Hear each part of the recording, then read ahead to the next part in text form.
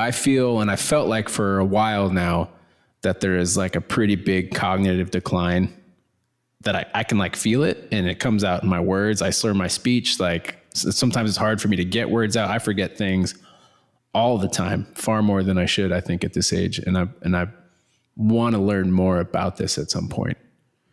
Just because it's a rabbit hole I want to go down, and I want people to run some things on my brain so I can see what's going on.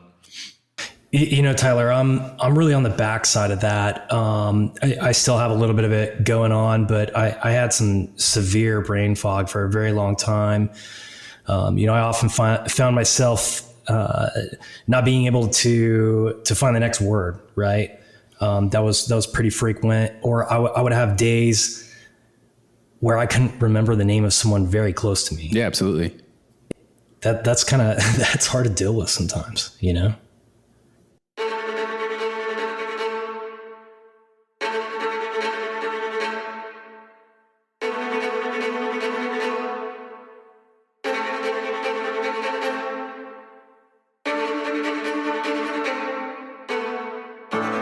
I spiraled into the deepest depression of my life very rapidly. I had more work than I could ever complete in a day. I could never get ahead. Really didn't have a whole lot of time to take care of myself. Yeah, that's really when it spun out of control. I started drinking a lot. I mean, I was drinking like 6 glasses of bourbon at night. I didn't have anyone to talk to. I didn't have anyone that I could share this with. Ultimately, if I would have said where I was at, I don't think there's anybody who wouldn't have forced me to go get some help. And one of the biggest problems that prevented me from getting help is I was in debt. I had some pretty serious financial problems, and cellular health is one of the most important topics in human performance. If you can put cellular health in check, it really helps to prevent all 4 of the main killers: Alzheimer's, diabetes, cancer, heart conditions. This is Alone and Unafraid. Welcome back to Alone and Unafraid, where we explore the intersections of everyday life, mental health, and mindset with ordinary people who have or are now facing incredible challenges. My name is Thad King, and I'm your host. Joining me today, per the usual, is Tyler Huckett. He's from Vermont, and you know what those Vermont boys, they get that syrup in them. They get all antsy in the pantsy. If you've never seen Super Troopers, look it up. It's a great movie. Tyler, welcome to the show. Hi. All right, today on Alone and Unafraid, we're honored to welcome Brandon Davis. Brandon is the founder of the Davis Focus Project, a nonprofit dedicated to human performance and recovery. He's also an Army veteran and a Black Hawk pilot from the 160th Special Operations Aviation Regiment Airborne. Tyler and I were both in the 160th as well. Brandon's service and experiences have shaped his remarkable journey. After retirement, Brandon turned his attention to new ventures, becoming the owner of Adrenaline Luxury Rentals, the largest luxury and exotic rental car company in Tennessee, and previously created Freedom Flyers Academy in Kentucky.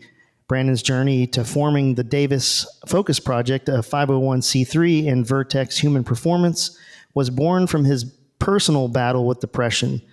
Throughout this experience, he studied psychology and human performance, devising a plan that would help him recover and regain his resilience. Inspired by his own recovery, he's now committed to helping others unlock their full potential. Brandon, welcome to the show. Thanks, Thad. Thank you so much for having me on today. It's a privilege to be here. So we're going to do something different. We're going to go bottom line up front for the military folks that listen. This is bluff. So what is the Davis Focus Project in a nutshell? How would you describe that? Sure. The Davis Focus Project is a nonprofit organization like no other. There is simply no one out there doing exactly what we're doing. And that is, we build custom human performance programs to help veterans and active duty service members to recover from traumatic brain injury, PTSD, depression, anxiety, and insomnia. And what is so different about the Center for Human Performance that we're going to open in Clarksville versus your Restore Hyper Wellness or anywhere else that has cold plunge and some of the modalities that we're going to have, is that custom human performance programming. So we have 3 diagnostic tools that give us a full picture of what's going on in the body and the mind to develop those programs. Nice. Have you guys heard of all the research they're doing with helicopter pilots and crew, all the helicopter air crews with all the brain? That basically, like in a nutshell, they're saying that prolonged high time helicopter air crew have the same brain as somebody that's been in a traumatic brain injury. Have you guys heard of that? I've heard some things coming out of that, and I'm curious as to how long what the exposure is, and if it's different from airframe to airframe. Yeah, I'm not sure. Have you seen any of that, Brandon, in your research with all this stuff? I haven't looked at any of the studies specifically. I've probably heard of the same rumors that you guys have. But I definitely think that there is something to that. You don't have to have, one very heavy traumatic brain injury to get the same kind of damage that you can get over time from smaller concussions. And a lot of it comes down to the amyloid plaque buildup in the brain. And if we're unable to push that amyloid plaque out of the brain, then over time, that can lead to worse problems. Can I ask what that is? I've never heard that before. Yeah, so amyloid plaque comes from amyloid beta, and it's this protein that builds up over time anytime the brain is damaged. And so we have a system called a glymphatic system that helps to remove this plaque in the brain. And what this system needs to function is it needs your brain to come into a state of delta waves. So the brain operates on different frequencies, right? Delta is the slowest. It's the slowest frequency that we operate on, and it's only really highly present during deep sleep or REM sleep, and which is kind of the worst part of the problem, because a lot of people who have traumatic brain injury, they already have a hard time sleeping, and so if we can't get them into delta waves, and we can never remove the plaque. And so the way that the delta waves remove the plaque is because it is such a low frequency, it acts as a pump in the brain to push these amyloid plaques out of the brain. Yeah, there's an app called New Calm. I've talked about it a few times here. You just gotta see if they'll sponsor you, bro. I mean, no, I'm telling you, that was like every the best sleep I got. For him. Yeah, I gotta reach out to that guy because he was really cool. I need to call him, but so you're talking about in REM. It's when your brain can functionally repair itself, essentially. So if you kind of never have those moments at night, or your sleep is constantly interrupted, you're at a low, you're basically at net zero. You're not going to be able to repair for those things, right? It's really hard to. There are other things that have been proven to help with traumatic brain injury, but sleep is the absolute most important. Interesting. Yeah, I mean, I think sleep is a universal. The good Lord made us to recover via our own mechanisms. And I found where I found this. If you guys heard of Hunter 7 Foundation, they're all over LinkedIn. Just look up Hunter 7 Foundation. They're the ones that are kind of I've seen leading the charge on this. And here's a little quote from them. It says, military aviators, particularly helicopter pilots and crew, are frequently exposed to high levels of vibration and noise, which can lead to cognitive fatigue and may contribute to brain injuries over time. The cumulative effects of long-term exposure to such an environment are concerned. And then it goes in to talk about TBI, and I'm going to come down to like science, words. And then down here at the bottom, I mean, like I'm just saying, then it says, exhaust fumes containing fine particulate matter can enter the bloodstream and cause inflammation. Chronic brain inflammation can weaken neural structures, increasing the risk to TBI of TBI. Think of this as the perfect storm. Now, I don't know about you guys, but how many times did you stand in like APU exhaust to get warm? Or I still do it every day for work. Yeah. Well, maybe don't. Well, I don't have a choice. That's kind of where I'm supposed to be. But you don't have to stand in the exhaust. It's like 95 degrees outside. It doesn't like eject itself away from the helicopter. It just kind of creates a cloud that I breathe in. It definitely can't help. Just wear a mask. Anything other than heating yourself up, right? Yeah. So anyways, it's interesting that I just saw this on LinkedIn from Hunter 7 Foundation about the vibrations and stuff. And it talks about, here's a real quick follow-up to that, is long flight hours and rounds fired off from an M2. We're talking the 50 cal or similar. And this is kind of what goes to your point, Brandon. It's identify ways to detoxify and regenerate your brain through sleep, omega-3s, omega-6s, CoQ10 supplements, and a good sweat. So basically what we always said, like, get some sleep and lift heavy things and drink water. You'll be okay. And this has been something I kind of want to stay on this for a while. We don't have to, but I feel, and I felt like for a while now, that there is like a pretty big cognitive decline, that I can like feel it, and it comes out in my words. I slur my speech. Like sometimes it's hard for me to get words out. I forget things all the time, far more than I should, I think, at this age. And I want to learn more about this at some point. Just because it's a rabbit hole I want to go down, and I want people to run some things on my brain so I can see what's going on.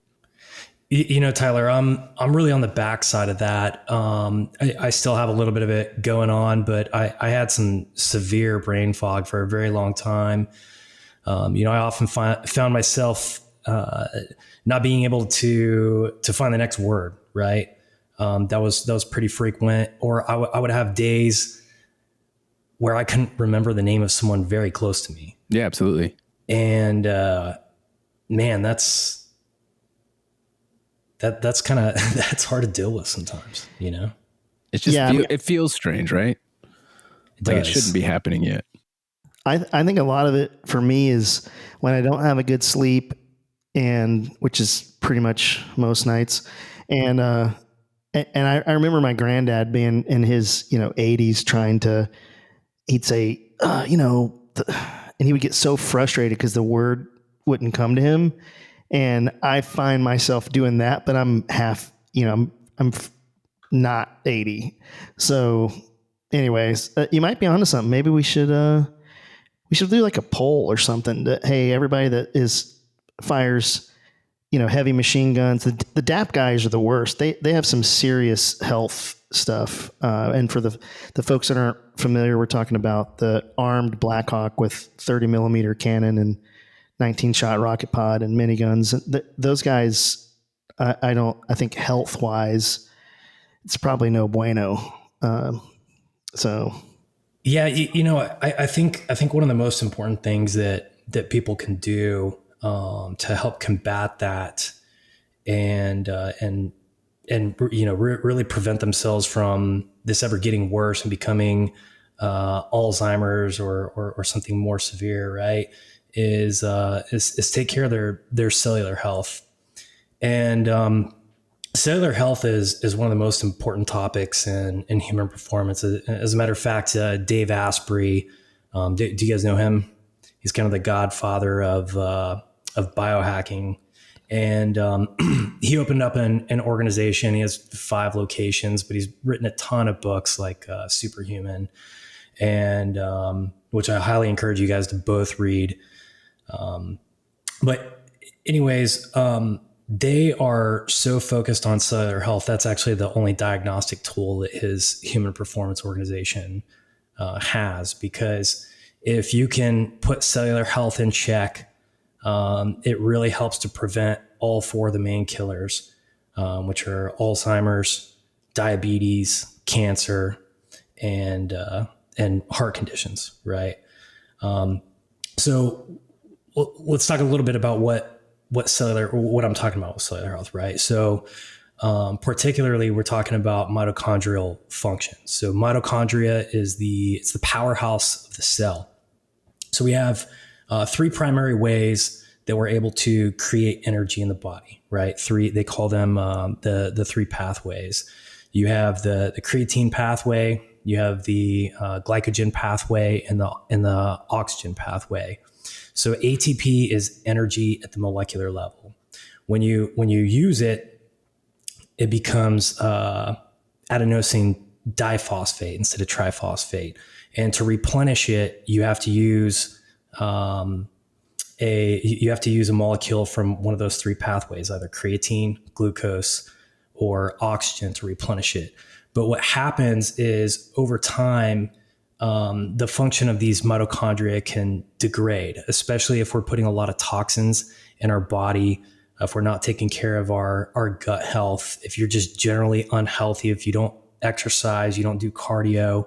Cardio is probably one of the most important things that you can do exercise wise to help your mitochondria function.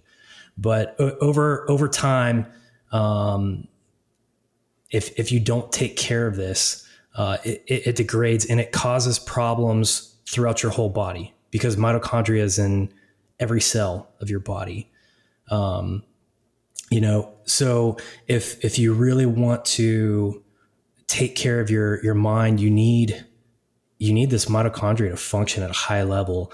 And there's actually one supplement that there's a couple of studies that have come out that are I don't remember the exact statistics, but they do believe that creatine can prevent Alzheimer's if taken daily. And that's creatine monohydrate, which is the most studied form of creatine. But and really is what creatine is doing is keeping your cells topped up with energy. So energy is ultra important, and the body's ability to create energy is ultra important in combating any and all of the above conditions of the brain. Yeah, I do creatine every day with I usually mix it with like EAAs or BCAAs or some amino acid.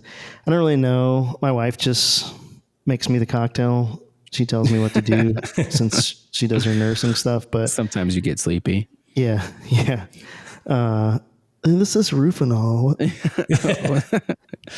But dude, so I gotta ask, like you actually know a lot. Like that, my mind is already blown of mitochondria is where my head went. But how did you get into all this? Like, but before we get into how you got to this point, where'd you grow up in the world? Are you from the Kentucky, Tennessee area, or where'd you grow up?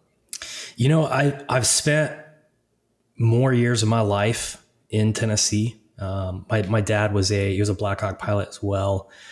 And he was stationed there twice. He was stationed there from 90 to 93 and then 97 to 99.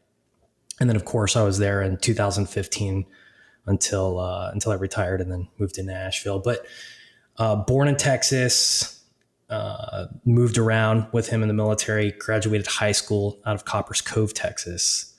And that's where I joined. How did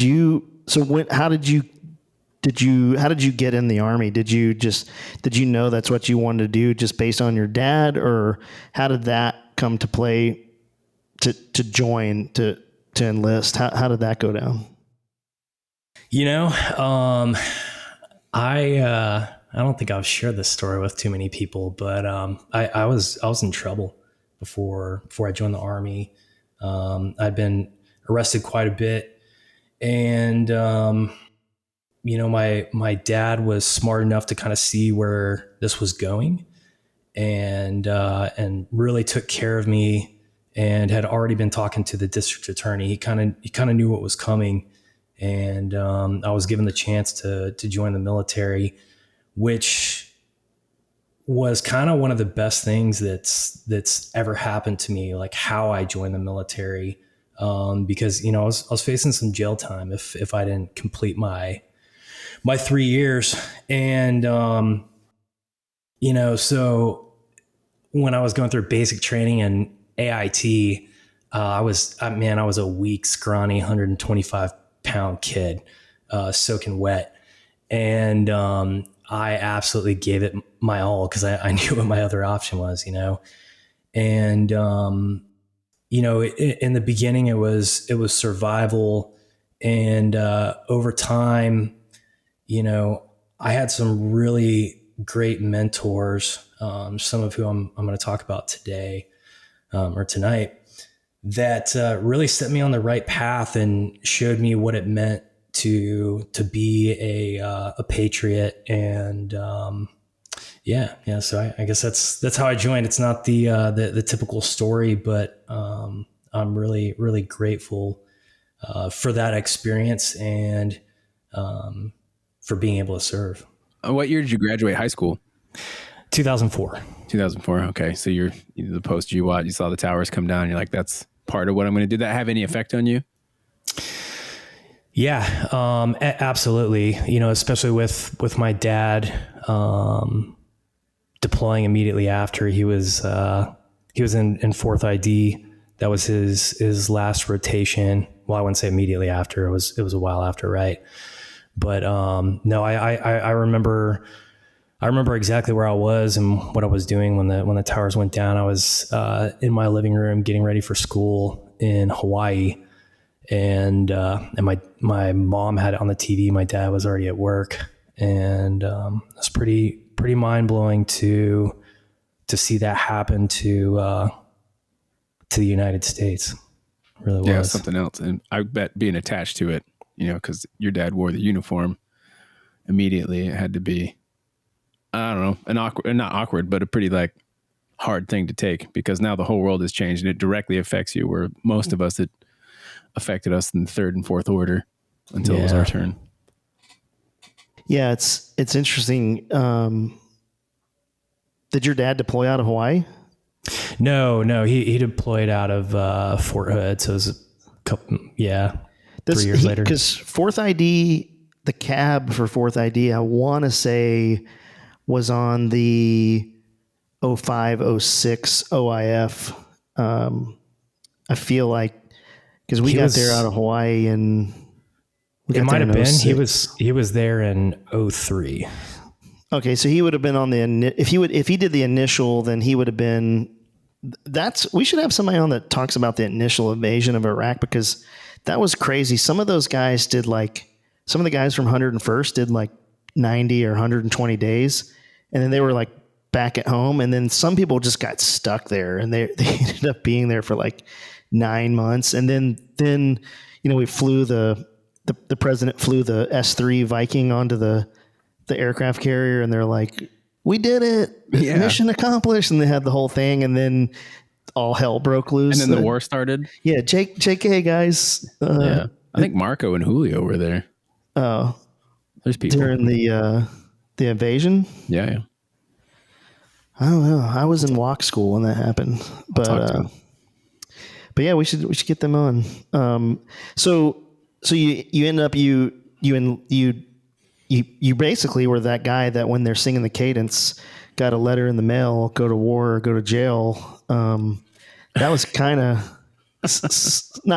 they don't do that anymore like they used to do in the old days. But I mean, let's say it's safe to say that this was a good move for you to get a little discipline and direction.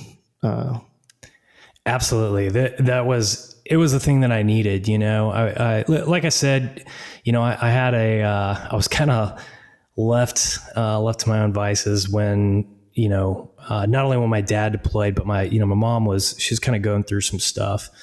And, so even though, while my dad was around, he was very stern and taught me discipline. And at the core, I had that. But going through puberty and in high school, and everybody goes through that rebellious stage. Mine got a little out of control, and I really needed to be reeled back in, and the military really did that for me. So you enlist in the Army. What MOS did you select, or what did you go into? Yeah, so I was really excited when I did the ASVAB. I was told I could do any job. And then I get to MEPS, and they're like, son, you can be a truck driver, You can be a cook, or some other job. And I was kind of heartbroken because, I was like, all right, I'm going to go in, I'm going to be a Green Beret or a pilot.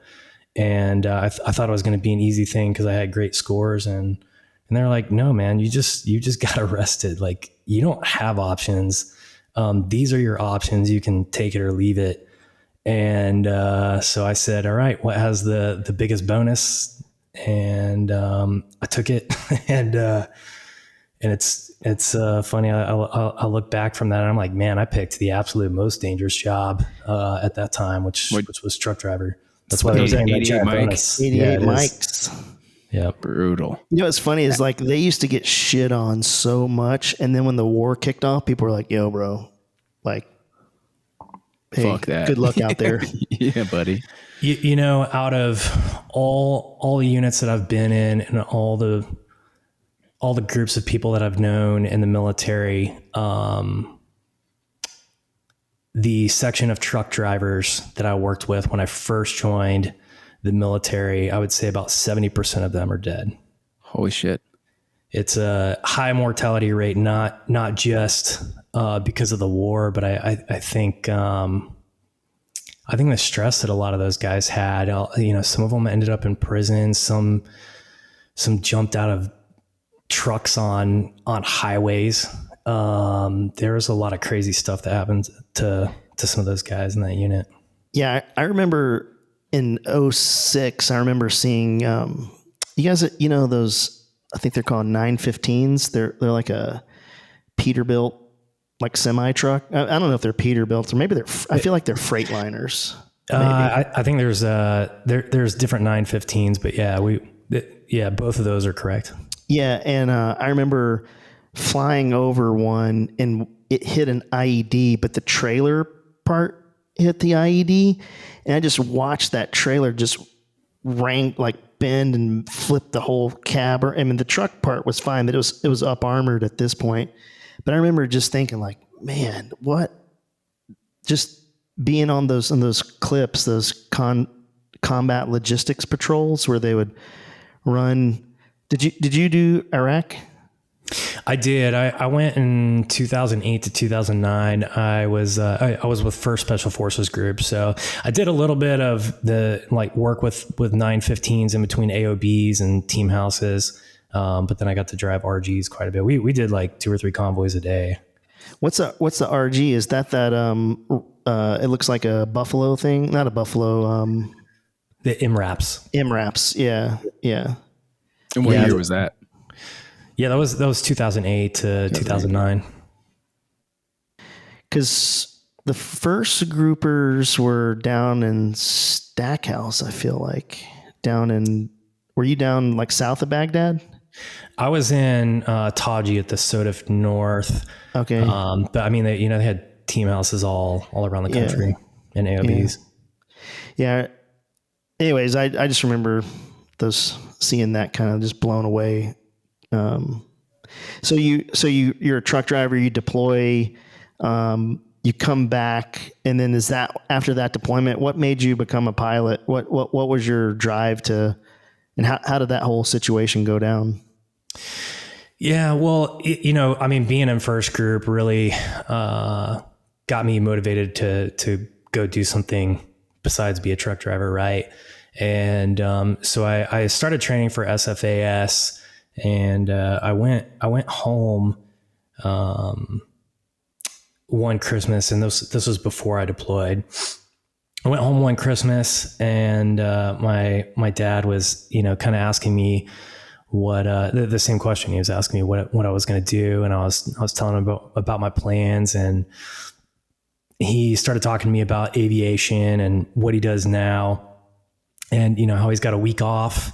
And then he works a week. And when he is working a week, is he flying EMS or was he flying EMS? He's flying EMS. So, I mean, if he's not actually on a call, he's got a ton of time to do whatever he wants. I mean, he's building businesses with this time.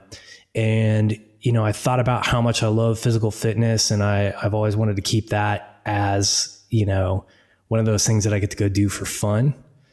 And And so the combination of, what my future could look like, how much more I could make being an aviator, and then keeping, physical fitness as something fun and not my job. Those three things kind of combined kind of convinced me to switch gears and start trying to put a flight packet together. Now, backing up to MEPS, part of the reason that I was limited in jobs is I failed the color vision test. I was color deficient, not colorblind. And so when I made this decision that I wanted to become a pilot, I had to go past that, right? I had to do a flight physical. And so I scheduled one. I got to the eye exam, failed it. And, I tried to figure out, hey, is there another way to get this thing done? And it was a hard no. And so I went online and I Googled different color vision tests until I could find the one that, I did. And I found out it was called the Ishihara color vision test. I downloaded a bunch of cards, that they present, they're those circles with a bunch of colored dots. There's typically 2 or 3 colors, and a number pops out if you have good color vision. Yeah. 76. And so it's pretty obvious for the people that have good color vision. People who are borderline, they either have a hard time seeing it or it doesn't pop out at all. And what I noticed is that I could see all the colors, but the numbers did not pop out. And so I figured out that I could trace where the different colors converge.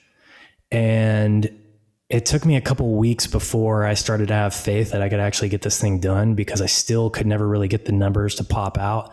And if you think about it, if you're bouncing your eyes back and forth, comparing colored dots to each other and trying to figure out where the trend is going, it's really hard to remember where you went. So for about 6 months, at least 2 hours a night, I spent working on this Ishihara color vision test, and now I get 14 out of 14 every single time. And so I went back, I took my flight physical, I passed it. Luckily it was another doctor and they didn't really question it. Yeah. But 15 is the hardest one for me. It's the one at almost at the end. It's the light green and the light blue one. It's 15. That one always. If I can't see it, it's 15. Yeah. I kind of did the same thing though. When I put my packet in, I went to the, you just go and you sit with the tech and they read line 12 or whatever it is. And man, I couldn't read it. It was blurry. And the guy's like, hey man, you got 20, 25. And in the late 90s, it had to be perfect because there was, everything had to be perfect. And, so the guy walked out of the room and I grabbed the eye chart and saw who made it. And this was kind of like before the internet was really a thing. And I don't know how I found it, but I found the manufacturer of it and I bought them. I bought like a pack of them. I memorized them all. And then I passed, and then I had to go see the optometrist because back then you had to do, if I remember right, you had to do like an initial flight physical. And then if that one was good, they would send it, you would actually go see a flight surgeon and actually an optometrist. And then they would send your packet like in the mail to Fort Rucker, now Fort Novacell.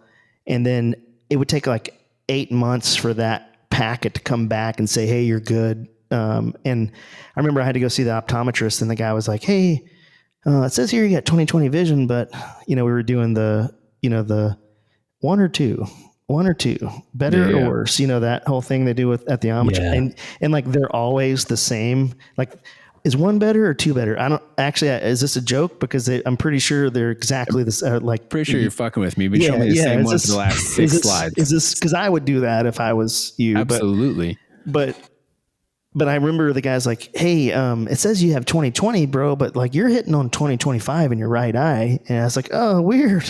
That's so weird. And he's like, you have astigmatism. And I was like, no, I don't.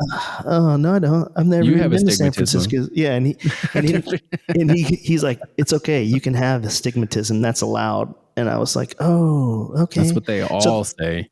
Yeah, so the whole time I would have been fine, but like the young E4 that was the gatekeeper was like, nope, you got to have 2020 to be a pilot. It says right here, and I didn't know better than to question him to go, Right. hey there, coachees, like show me where it says that. And so, anyways, kind of the same kind of parallel stories there a little bit. So you get the numbers down, you get in, you go to flight school. Obviously, you end up picking Blackhawks, and then where was your first duty station out of flight school? Well, let's back it up a little bit. I want to tell you one more piece. I think it'll make sense for some of the stuff that we're going to talk about later in the story. But yeah, so I get my packet together and I submit it, and fully qualified, non-select. And you know, your packet goes to the board, two boards in a row automatically, right? So I think it was every other month at that point. And after the first packet, I had already switched my major to professional aeronautics with Embry-Riddle, enrolled and signed up for, I think I was taking like 15 or 16 credit hours. And that kind of led into my first deployment in Iraq. So I went to school full-time over there, came back, dropped my packet again, fully qualified, non-select. And at that point I realized, man, to get a 4-year degree, even if I go as fast as possible, I got another 2 years. I don't want to wait that long to get picked up. Luckily, the post 9/11 GI Bill had just started paying for flight school. And so I signed up, I got my private instrument, multi-engine, and I was almost done with my commercial rating, leading into the submission for my 5th packet. And so I submitted, again, fully qualified, non-select. I was talking to someone at the office the next day or the next week. I think the results came out on a Friday, and I was lost. Like, man, what do you got to do to get picked up? I'm kind of doing everything. I'm going to school. I've got my pilot. Like, I showed that I've proven that I can be a pilot, you know, maybe not a military pilot yet. But I was at a loss, and somebody in the office knew someone in the 160th, connected me with this CW3 over at 4th Battalion, because I was stationed at JBLM, or Fort Lewis, as it was called then. And I met with him, told him a little bit about my story, and he said, "Hey, look, I'm just a W3. If you really want to get picked up, you need a CW5." And so he scheduled a meeting with me and Michael Cuthbert. I brought him his packet. It was in, you know, document protectors in a binder with his name and rank on it. I think I even brought the case of beer was the next day after I picked up my letter. But so I brought him his own copy of my packet. Super presentable. I walked him through everything that I did, and Mike was just mind blown that I stayed the course and I didn't quit. You know, he said, most people after those first 2 boards, they're like, all right, this ain't for me. I gave him my best shot. And he's like, what, have you thought about going to the 160th? And I was like, yeah, absolutely. That's all I want to do. The second that I decided that I wanted to go to flight school, that's absolutely all I want to do. So yes. And it was like, he didn't hear me. He spent the rest of the time that we had telling me how badass the unit was and how much I should consider going. And I was like, I'm sold. That's a total Mike move, Mike Cuthbert. And we talked about this, but I feel like that might have been me that told you to talk to him, because at that time, what year was this? Like 9, 10, 11? 2009, late 2009. Yeah. So late 2009, we only had 4 W3s in the company.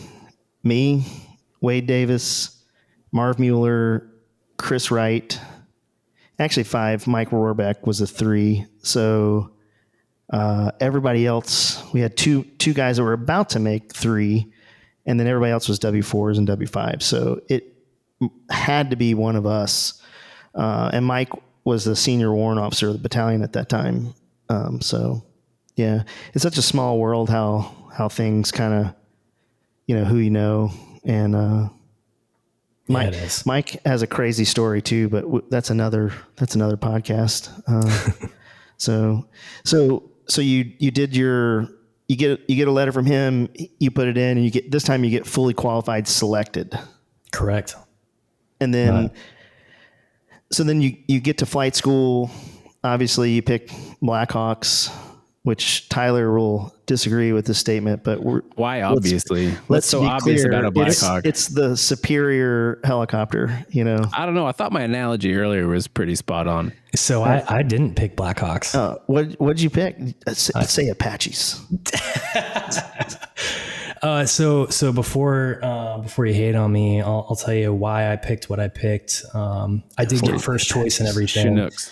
Is it Kiowas? Because I was the Distinguished Honor grad, and so I picked Apaches. Now you can spew your hate. Guys, podcast over. Oh no, but seriously, which one did you pick? No, I did. I picked Apaches. Yeah, I really wanted to deploy and have a little bit more control than I did, sitting behind the wheel of a 915. So, yeah. Did you actually get Apaches? I did. Oh, so you were an Apache guy? How did you get to the regiment as a Blackhawk guy? This is very like you're the second guy I've ever met in my time in the unit that was in a Blackhawk company that wasn't a career. Actually, the third guy that I know that wasn't a career Hawk dude. Yeah, most Apache pilots end up as a Little Bird in B company or Chinook dudes. Or Chinooks, because the regiment has everything in-house, so it's easy to do the transitions. Funny story.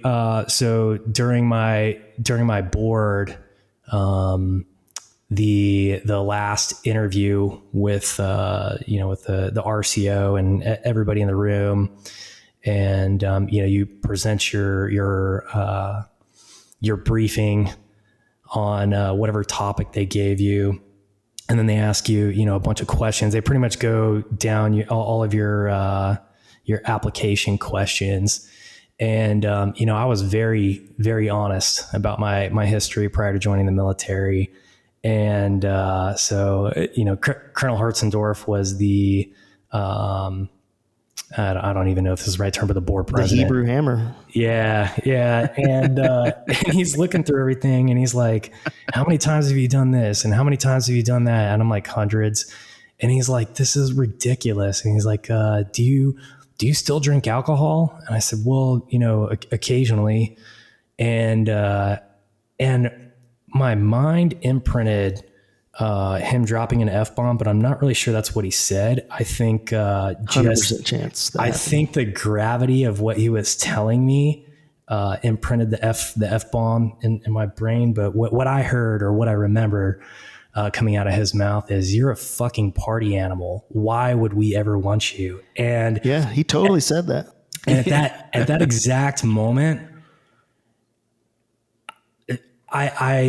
oh my gosh, man. I was like, you are so right. Like, what am I doing here? You felt like this big, like I'm holding my hand up like a half an inch size. I was at a complete loss of words. I didn't even know how to defend myself. I'm just like, yeah, you're right. Like, you guys should not take me. And who assessed you? Who was your assessment officer or pilot? SP? It doesn't matter. Yeah. I'll remember here in a little bit. It wasn't me. So easily forgettable. Whoever it was. No. Paul Dolfer. Oh, I'm gonna. Oh, Paul. Paul is awesome. Yeah, I crushed it with Paul because being an Apache guy, he didn't focus a whole lot on Blackhawk questions. I did a 5 and 9. But he focused more on general aviation questions, and I don't think I missed a single question with him. But when I got to the Little Bird stuff, that's when I got raked over the coals, because I didn't do a whole lot of navigation prior to that. I think Apache pilots just sticking a grid coordinate and make sure they have enough gas to get there and back. So. Yeah, that's wild. I didn't know that.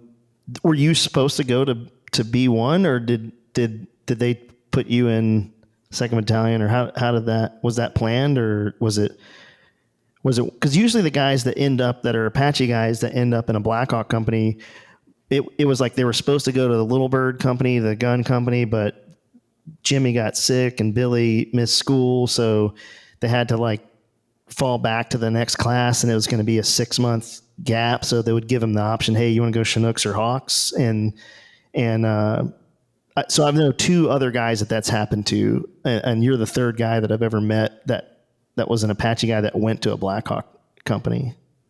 Yeah. Well,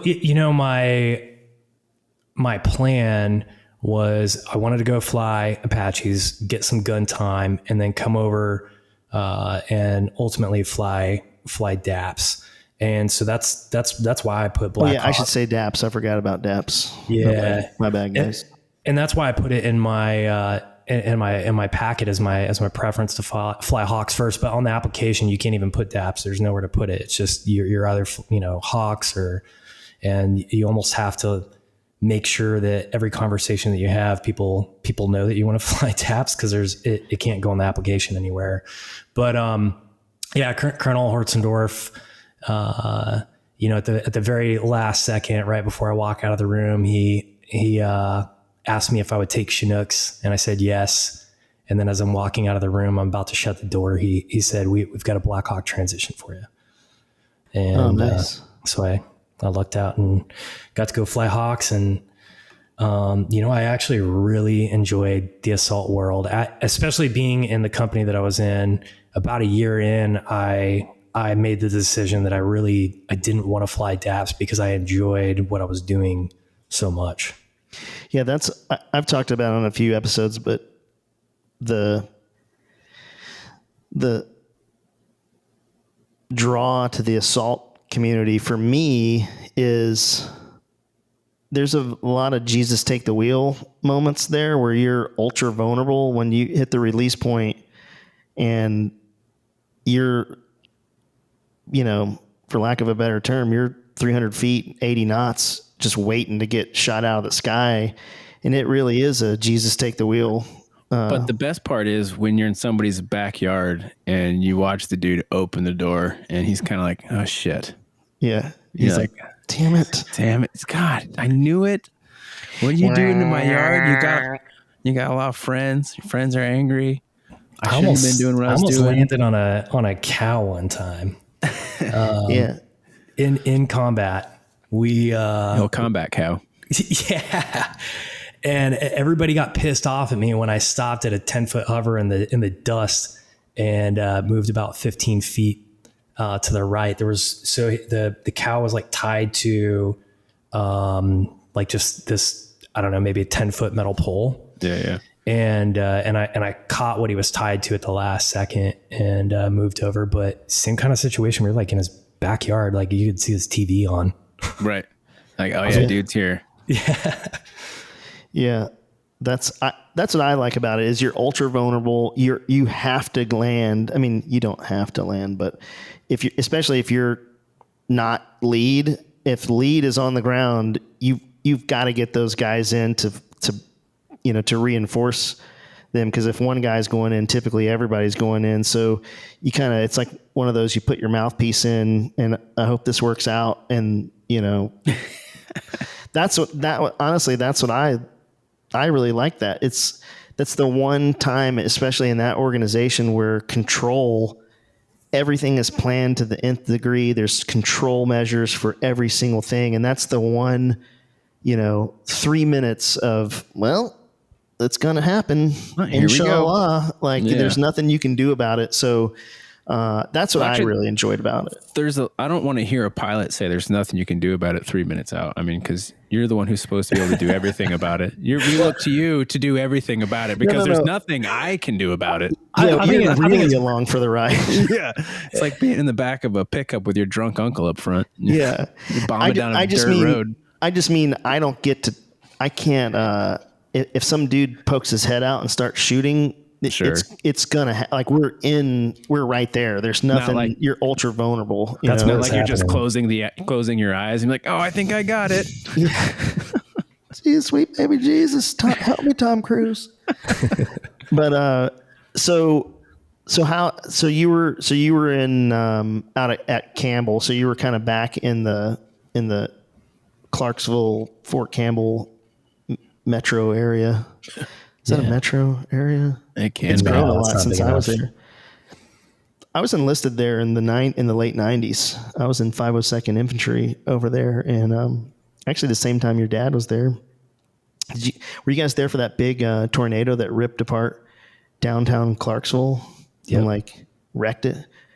Yeah, we were in the field, and we didn't even come out of the field for that. Dude's houses were trashed, and they're like, stay in the field. This is before the war, so it was like that was the hardest the Army was just going to the back 40 at Fort Campbell, eating MREs, fighting the Krasnovians in their flak jackets back then. So you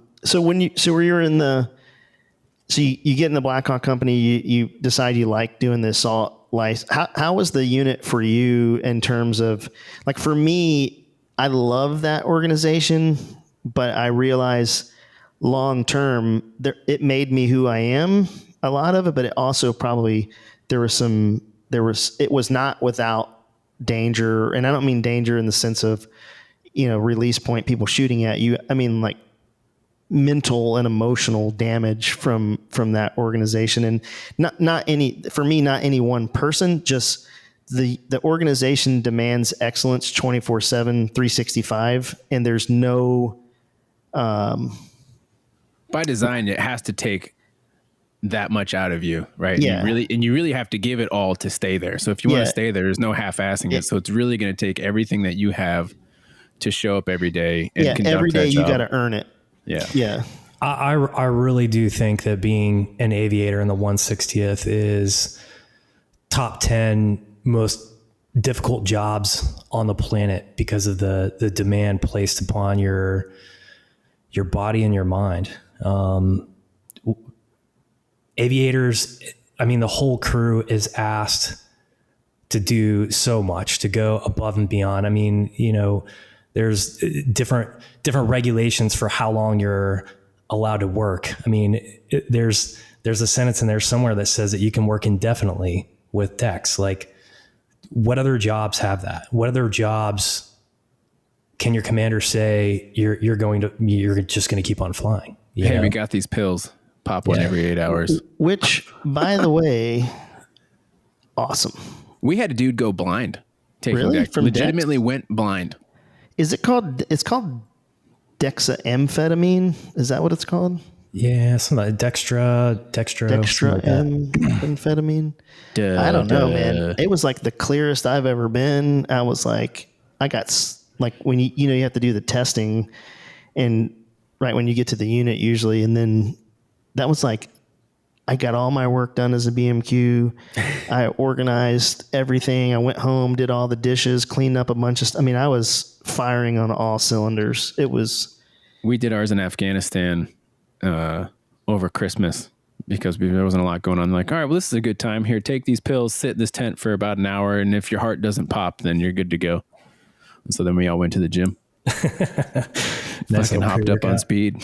You went to the gym? Yeah. Yeah, we took some pre-workout and then went and got fucking buff. You took pre-workout on top of that? Man, I was 22, 23, so I wasn't really in the vein of making great decisions, and they gave me speed, and I figured, what's NO Explode going to do besides clean out my stomach?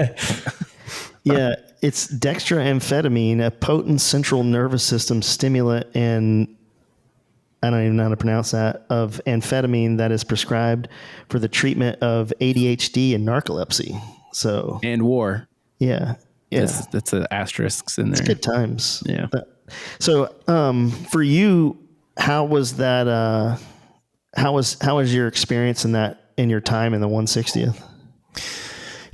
I gotta say, it was hands down one of the best experiences of my life. Obviously we're here today to talk about part of the not so great experience.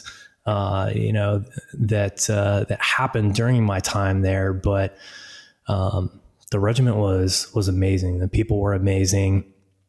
And I'll kind of back this up to put into perspective. When I went to my first and only duty station as an Apache pilot, it was stereotypical, exactly what you would think of an Apache company, right? Like hazing to the max, and I loved it. I thought it was funny.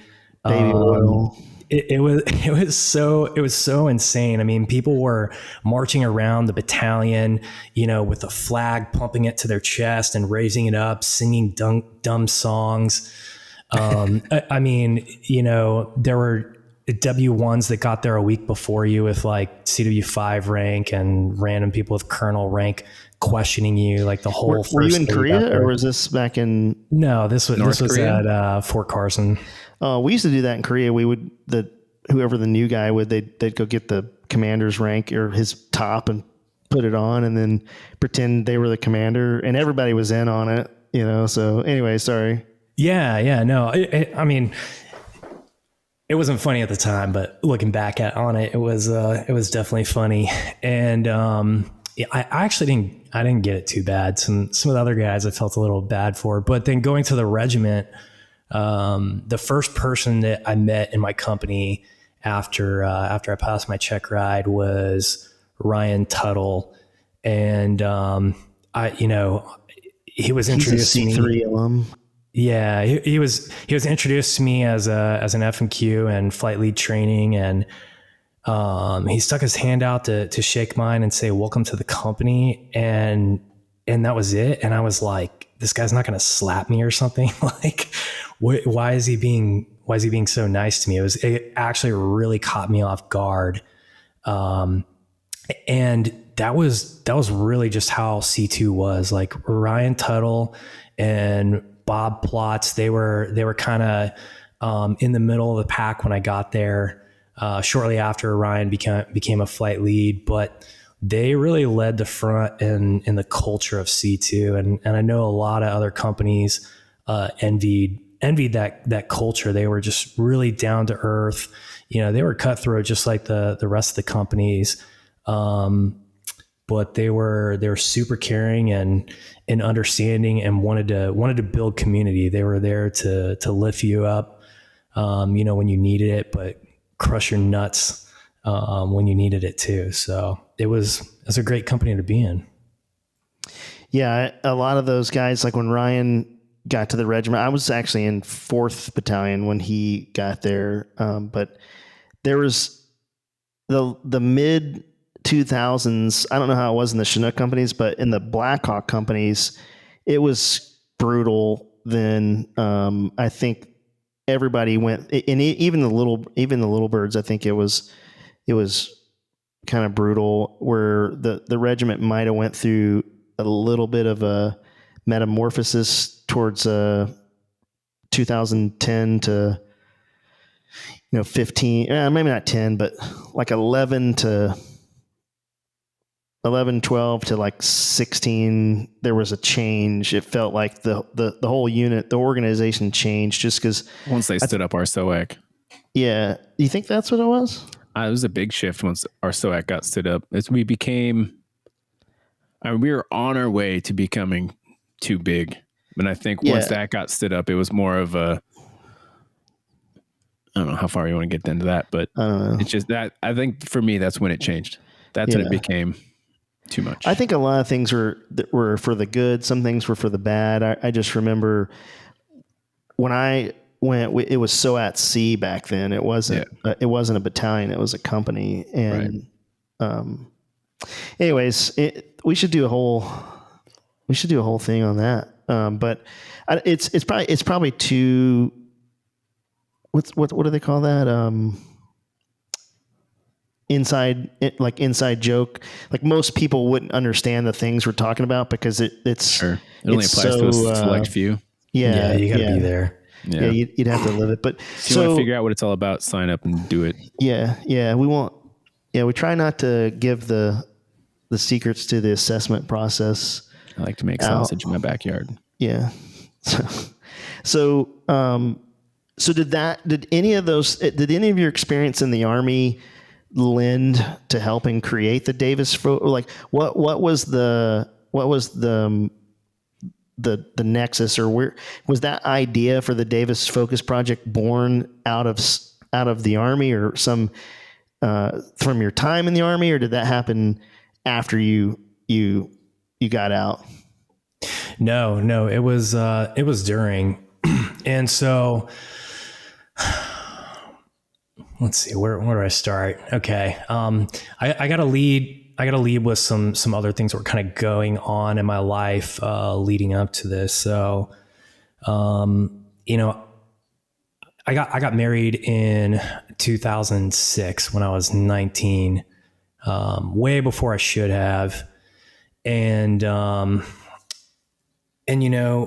I tried as long as I could to make that marriage last. When after I had my two daughters, I knew that no matter what, I had to make it work for my kids. It wasn't really about the relationship anymore, although I continue to try to make that work. It was about keeping my family together and for my children. And this coming into my 15th year of marriage, and in a marriage that I was unhappy in, I was kind of having a hard time swallowing that pill, still. And I was drinking more. I was, always signing up to do something. You need someone to deploy? Send me. You need someone to go on this trip? Send me. Can I go to, send me to school. I built 2 solid oak tables that were about 250 hours a piece in Green Platoon, if that tells you anything. That was the only thing I did with my spare time. And that's just to quantify that a little bit. You have no spare time in Green Platoon. There is maybe in advanced skills, you might have a full weekend, but definitely in BNAV, there is no. So that's impressive. None of that got done during BNAV. It started after that. BNAV, you were lucky if you got 3 or 4 hours of sleep. Do you think that those things were because you were trying to distance yourself in those relationships, or just put some space between in your marriage, or was that just a side effect of everything? I really needed an outlet. The things that I had going on in my marriage, and I don't want to get too deep into this, but I just needed a way to let it out. The gym worked for a long time, but at a certain point, the frustration and the stress, and I had a lot of guilt for not stopping the marriage like early on. I felt bad for my now ex-wife that, maybe I robbed her of an opportunity to be with the right person. But then I wouldn't have had my kids had, that not happen. So there's a lot of just really strong emotions, and I really didn't feel like I had a way out of that. And that was just a small piece though. So, I had that going on, and it kind of fast forward, maybe about 4 years into being in the regiment. Bob Plotz, and myself, we created a company called Freedom Flyers Academy. And, we did it right before COVID, or we had been working on it 6 months leading up to COVID. We purchased aircraft, hired flight instructors, opened, and then COVID hit 2 weeks later. And, we opened this thing because Army was using tuition assistance and allowing service members to go get their ratings using TA. And so we thought, what a great end. We're 160th pilots. Why wouldn't people want to come to our operation to learn? And so I had that going on, and then I immediately got stuck on a a 30-day rotation that turned into over 120 days at the beginning of this company opening. And it wasn't a slow rotation. I was the PCO. We had 2 Blackhawks that moved to a forward position where we were doing the planning out of no connectivity, or not very good connectivity, with the rest of the HAF, or the Helicopter Assault Force. And so the planning cell got split in half. You got the Air Mission Commander and the flight lead talking to the ground force, and you got 2 pilots left to plan. So it was a pretty stressful deployment. We were working long hours. We were doing some of the things that in Green Platoon, you're told, like, you probably won't ever have to do this again, actually navigating with degraded nav and some other interesting things that probably can't say on here. But yeah, it was a really interesting deployment, very long deployment. And meanwhile, every chance I had to get on Wi-Fi, I was fixing flight school problems, employees quitting, aircraft engine going out, having to replace aircraft, doing interviews. And then the really big thing that happened to me, is I was knocked unconscious. This was at home, kind of self-induced, and I'm not sure how long I was out, but when I came to, I was dragged back inside, and I had been drinking alcohol, and so I was not about to call a hospital, and I didn't want to go to the hospital. I didn't want to lose my career. And so I violently shook for about 7 or 8 hours with like 10 blankets on me. And, obviously pretty concussed. I separated my shoulder, broke a couple bones, and tore some ligaments, did a lot of damage. And I ended up going to the doctor the next week, but I did not talk about the unconscious event, because we know that'll get you grounded, right? Right. And and I stopped going to the gym after that because my body was just so destroyed. I separated my shoulder. I forget I want to say it was like 8 or 10 millimeters, and it normally only has like between your clavicle and the other bone right there is normally about 2 millimeters. So, couldn't lift for a very long time, which that was really my main outlet.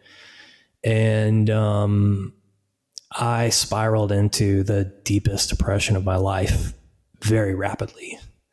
I had more work than I could ever complete in a day. I could never get ahead, with the flight school. And, at the time I was working in ops. I was one of the opsos in C2. I was also the company, TAC ops officer, just super busy. And, I really didn't have a whole lot of time to take care of myself. And, that's really when it spun out of control. I started drinking a lot. I mean, I was drinking like 6 glasses of bourbon at night. And, I didn't have anyone to talk to. I didn't have anyone that I could share this with besides, my best friend, Ronnie. And even then it was still limited sometimes, just to kind of keep him from being in a bad spot as well. Ultimately, if I would have said where I was at, I don't think there's anybody who wouldn't have forced me to go get some help. And,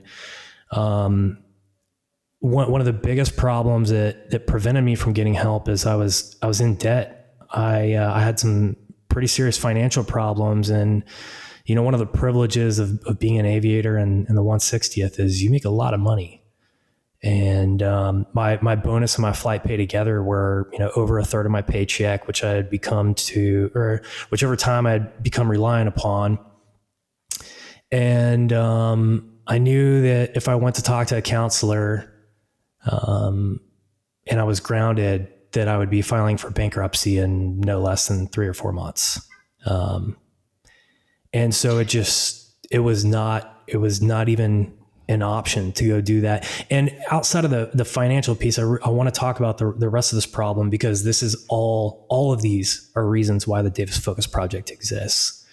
So some of the other things that I thought through when I thought, okay, all right, maybe I'm just going to have to go through bankruptcy, to get myself some help. And I started thinking about my career, what people would think, about me, not only my friends, but, my seniors, my commander, the rest of the people in the company. My first question is, am I going to get grounded? Yeah, most likely, if I'm truly honest. And then, okay, am I going to get permanently grounded? Am I going to have a future in the 160th? I was in flight lead training at the time, working up to the pinnacle of an aviator's career in the 160th, as far as flying in the cockpit is concerned. Right. And I worked my whole life to get there, and I couldn't just give it up. It was really heavy, man. I wanted nothing more than to be better. And I wanted a desire to live, but I felt like going to talk to someone was going to make that desire to live less achievable because of the new problems I was going to be faced with. And, then the third and final piece that bugged me about it is really just having to open up and share. That was the least of my, of the things holding me back. But I know that there's a lot of other people out there, especially if their problems are combat related, or it's much more personal. There's a lot of people that they just don't want to open up and talk about this stuff. And what do you do for those people? How do you take care of them? How do you even identify when someone's going through this? I think that one of the things that I've come to understand in hindsight, and I'm really happy to be able to share this today, because I think that every commander, every leader in the military needs to understand this, especially in the SOF community, is that when you have A-type personalities, when you have someone that is mission first and willing to do anything for the organization, and they are not a continuous complainer, when you have that person speak up, you got to listen to them. You got to take it seriously. And so what I'm about to tell you, I'm not going to share any names. This is not a finger pointing competition. I'm not here to blame. I've done a lot of wrong things. In my life, I've made some mistakes, right? And I want to talk about this because I think people need to understand how important it is to take people serious when they raise their hand. And the majority of the people in the regiment, if they raise their hand, it might be too late. And you need to really remember that. It might be too late, right? And luckily with me, it wasn't. So when I got back from that 4-month deployment, when COVID hit, I was asked to deploy again pretty quick after that. I was going to have to sign a dwell waiver, and I'd just been pulled out of flight lead training, and that's where my depression was at its worst. And so I said, I can't deploy. I need a break. I need to switch me out with someone else. I'll take a longer deployment later, but I have some things that I need to work on. And essentially I was told, it doesn't matter if you sign the dwell waiver. We don't have anyone to send. So ultimately you will go. Just depends on whose eyes are going to have to be on this to make this happen. And so I really, again, I didn't want to screw my career up. And I said, okay, all right, you win, I'll sign it. And so I went on that deployment, came back, immediately went to an operation in California and Vegas. It was a 1 month TDY trip. And I was having a lot of problems with the flight school. You know, I was working 14-hour days out there, getting done, conducting interviews and doing work with the flight school from like 5 a.m. West Coast time to about 8 a.m. And then going to sleep, getting about 3 or 4 hours of sleep, a little bit of alcohol in there somewhere before I went to bed. And the chronic fatigue was absolutely crushing me. I was really losing my mind. I was so sick at the time. Before we went out there, I don't know what happened, but my tonsils around my neck swelled to the size of golf balls. And, like your glands. Yeah, they were massive. I mean, so bad my airway was closing up. At one point, I was starting to get nervous if I was going to be able to breathe when I was sleeping. Your body will tell you when it's time to take a break. Oh yeah. And so I get out to California and, you know, I don't know, maybe we're like 4 or 5 days into this thing. And I had a choice. I had a choice to grab the sandwich that I did not finish from, I don't know when, maybe yesterday, and eat that on the way to my hotel room and get a 30-minute nap, or I could go get some fresh food and head straight to the flight line to fly. And I chose poorly. And it was a chicken sandwich from Subway. Thank you, Subway. And for the next 2 weeks, I shit my brains out continuously. And the docs would give me pills to like stop it long enough to fly. And then they're like, don't take any more when you get back. Like, even if you're in the bathroom 20 times a day, like keep hydrating, let this clean itself out. But it took me 2 weeks to get over that, to get over food poisoning. That's how destroyed my immune system was from stress and just not taking care of myself. And so, you know, we move on to our next location. We're in Vegas. And I finally called home and I talked to the company SP, Phil Calcese, and I told him what was going on. I like pretty much told him everything besides the fact that I was extremely suicidal.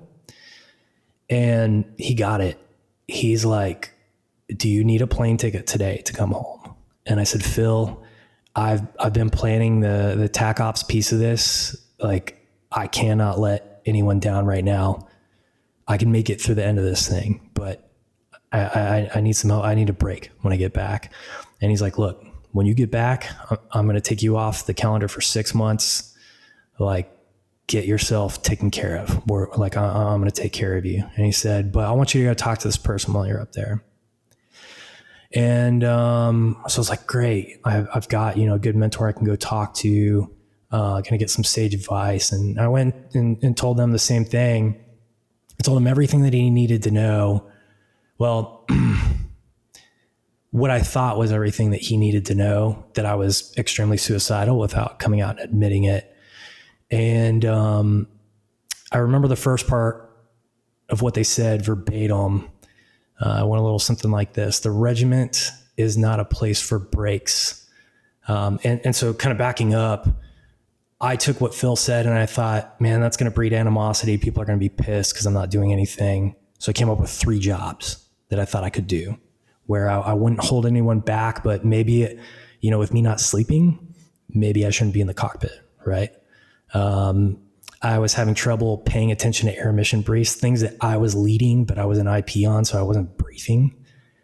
Not just on this exercise, but before too. And, I was just really starting to feel like I was not present enough to be doing that. And, so anyways, I came up with 3 other jobs and he said, none of those 3 jobs that you listed are going to be any easier than what you're doing right now. You need to suck it up, drive on, and go talk to the chaplain or something." And I laughed in his face. I thought it was a joke. I thought it was like a sick humor joke, and then I realized that it wasn't a joke at all. And so I went from the day before that, feeling the weight of the world lifted off my shoulders, like somebody finally somebody understands what I'm going through. And I'm a 30-year guy. Like, let me do 30 years. Give me a little bit of time and I will give you 30.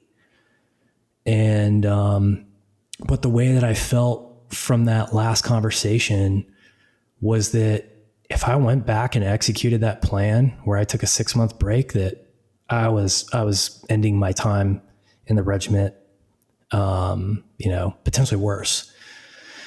And so I took that sage advice and I shut my mouth, and I went back and drove on. And that's when I had to figure out what I was going to do on my own.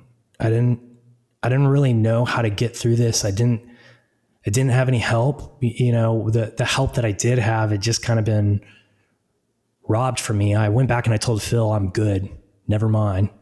And he's like, "What? Really?" And I'm like, "Yeah, man, I'm good. I got this. I just had a weak moment. I'm good to go, And that's when I started studying neuroscience and human performance. I kind of ditched everything that I was doing and dove really deep into the latest technologies and how to heal your mind, how to heal your brain, and how to overcome this. I had done counseling when I was younger and never really felt that any of it helped. Although I disagree today. I do believe that it does help. It's not for everyone, not for every case. But yeah, and that's where I started to learn about some of these modalities. And the first one that really helped me was vibroacoustic therapy. And so what happens when someone is in a state like I was in, where you have insomnia, you have high anxiety, you're in fight or flight all the time, you're in survival mode, you cannot shut down, right? That's an overstimulation of the sympathetic nervous system, which results in the brain operating in a frequency range known as beta. And so the main frequencies you have are gamma, which is the highest, beta just below it. Beta, you can think of a predator staring at its prey, about to pounce on it, waiting for the exact moment when that prey turns around, right? Alpha is probably what we're in today, unless one of you guys is struggling or if I were to be struggling. And then you've got theta, which is a dreamlike state in wakefulness, or a very creative and light sleep, right? And then the deepest is delta, which is what we were talking about earlier, which is required to pump the amyloid plaque out of the brain to recover from traumatic brain injury and damage, right? So beta frequency is what you're stuck in when you're in fight or flight. And if you cannot come out of beta, you're going to have a hard time getting that anxiety to go away, and you're going to have a hard time shutting down enough to sleep. And so the only way to really combat this is you need to activate the parasympathetic nervous system, which is that calm state. It's the opposite of fight or flight, right? And to help the brain come out of beta and relax it enough to maybe enter alpha or theta. And so vibroacoustic therapy is it's like a massage table with two transducers. It plays ultra low frequencies. You play like binaural beats on it. You put some headphones on, lay on it. Feels like you're laying on heaven. It is. Is it vibrating while you're listening to the music? Like, like you can feel it in your body? Oh yeah. It vibrates your whole body to the core. And, you can use certain frequencies. There's some calming frequencies. You can put delta frequencies on. There's all kinds of stuff. There's some music that goes pretty good with it too. I do those binaural beats when I'm trying to like really focus at work. Doesn't last long, but what is a binaural beat? I'll just be the idiot over here in the corner. Don't mind me. You don't know what binaural beats are? God, choke yourself. Oh my God. I said use my hand. Yeah, so I don't want to overstep here. I haven't done a whole lot of reading on binaural beats lately, but it does play two frequencies, and the goal is to achieve a certain state of mind, right? So kind of like the brown noise. Yeah, but a lot of them are based on calming or focus or attention. Okay. Yeah, the interweb says that binaural beats. A binaural beat is an illusion created by the brain when you listen to two tones with slightly different frequencies at the same time. So that would two probably neurals, be the bi part. And then your brain interprets the two sets of tones as a beat of its own. The two tones align with your brain waves and produce a beat with a different frequency. And that frequency is the difference in hertz between the frequencies of the two tones. So science and things. Science. Oh. Yeah. And so the binaural piece is an important part of how vibroacoustic therapy works, but more importantly, it's the relaxation of the central nervous system from the vibrations. Yeah. And that's what activates the parasympathetic nervous system. It increases blood flow. It helps to reduce heart rate and cortisol levels. Is that something you can do at the house, or do you have to go to like a special setup to get that done? It's pretty expensive. The cheapest one you can get is about $3,500. Oh, okay. Yeah, we'll have one at the you guys center. are going to have that, right? You guys will. are going to have that. We're going to have the souped up version. It's got 4 15-inch transducers. It's about seven grand. It's got some 20-inch woofers in there. Yeah. Tweeters. What's so great about it though is that it really does activate the parasympathetic nervous system and get you out of fight or flight. So, if you know, what's crazy is if you've been in fight or flight for a long time, even if you are getting sleep here and there, when it's deactivated, you are exhausted because all of a sudden you don't have adrenaline flowing through your blood, which is probably what you've been living off of fumes and adrenaline. When that goes away, you'll know you've done it right because you will be exhausted and you're gonna get some amazing sleep after it. And that was one of the most powerful tools that I had. I laid on that thing for an hour every single night for about a year. That coupled with some mindfulness techniques that I learned, cause you think about it, for 3 years I was extremely suicidal. And I went from thinking about how much I did not enjoy about my life and how much I wanted to end it, for about maybe 12 hours a day. And, with some simple mindfulness techniques, I brought that down to maybe a couple hours a day. And it was methods in how to handle thought. And so I'd like to share that with you. I learned this amazing quote, and it was about meditation, and it goes like this: It's not about whether the thought ceases, but more importantly, about whether the thought is skillful or unskillful, necessary or unnecessary, appropriate or inappropriate. And so with meditation, a lot of different forms are taught. The first piece of this is the identification of thought, right? So you go from silence, nothing in your mind, to, oh, I'm thinking. Okay, what am I thinking about? All right, is this skillful? Is it necessary? Is it appropriate? And if it's not, it doesn't mean that you have to stop thinking. What it does mean is that you should probably transition pretty quickly. And so to make that a skillful thought, there's a couple things you can do. The main thing is problem solve, right? Okay, how do I fix this? What kind of resources do I have? Now, we can't always fix a problem right now. Maybe we don't have the resources. Maybe it's a financial problem and I won't have the solution until payday, right? So 2 weeks from now, or maybe I simply don't have the education and I am meeting with a family member in a month. So you pick a day in the future, put it on the calendar, and you say, that is when I'm going to worry about this. And so what you can do with the residual fear and anxiety that you have left is turn to prayer. Pass the rest of your pain, your anxiety, and your fear. Pass it to God in the form of prayer. Ask for his help. Ask very specifically to help with the problem that you have.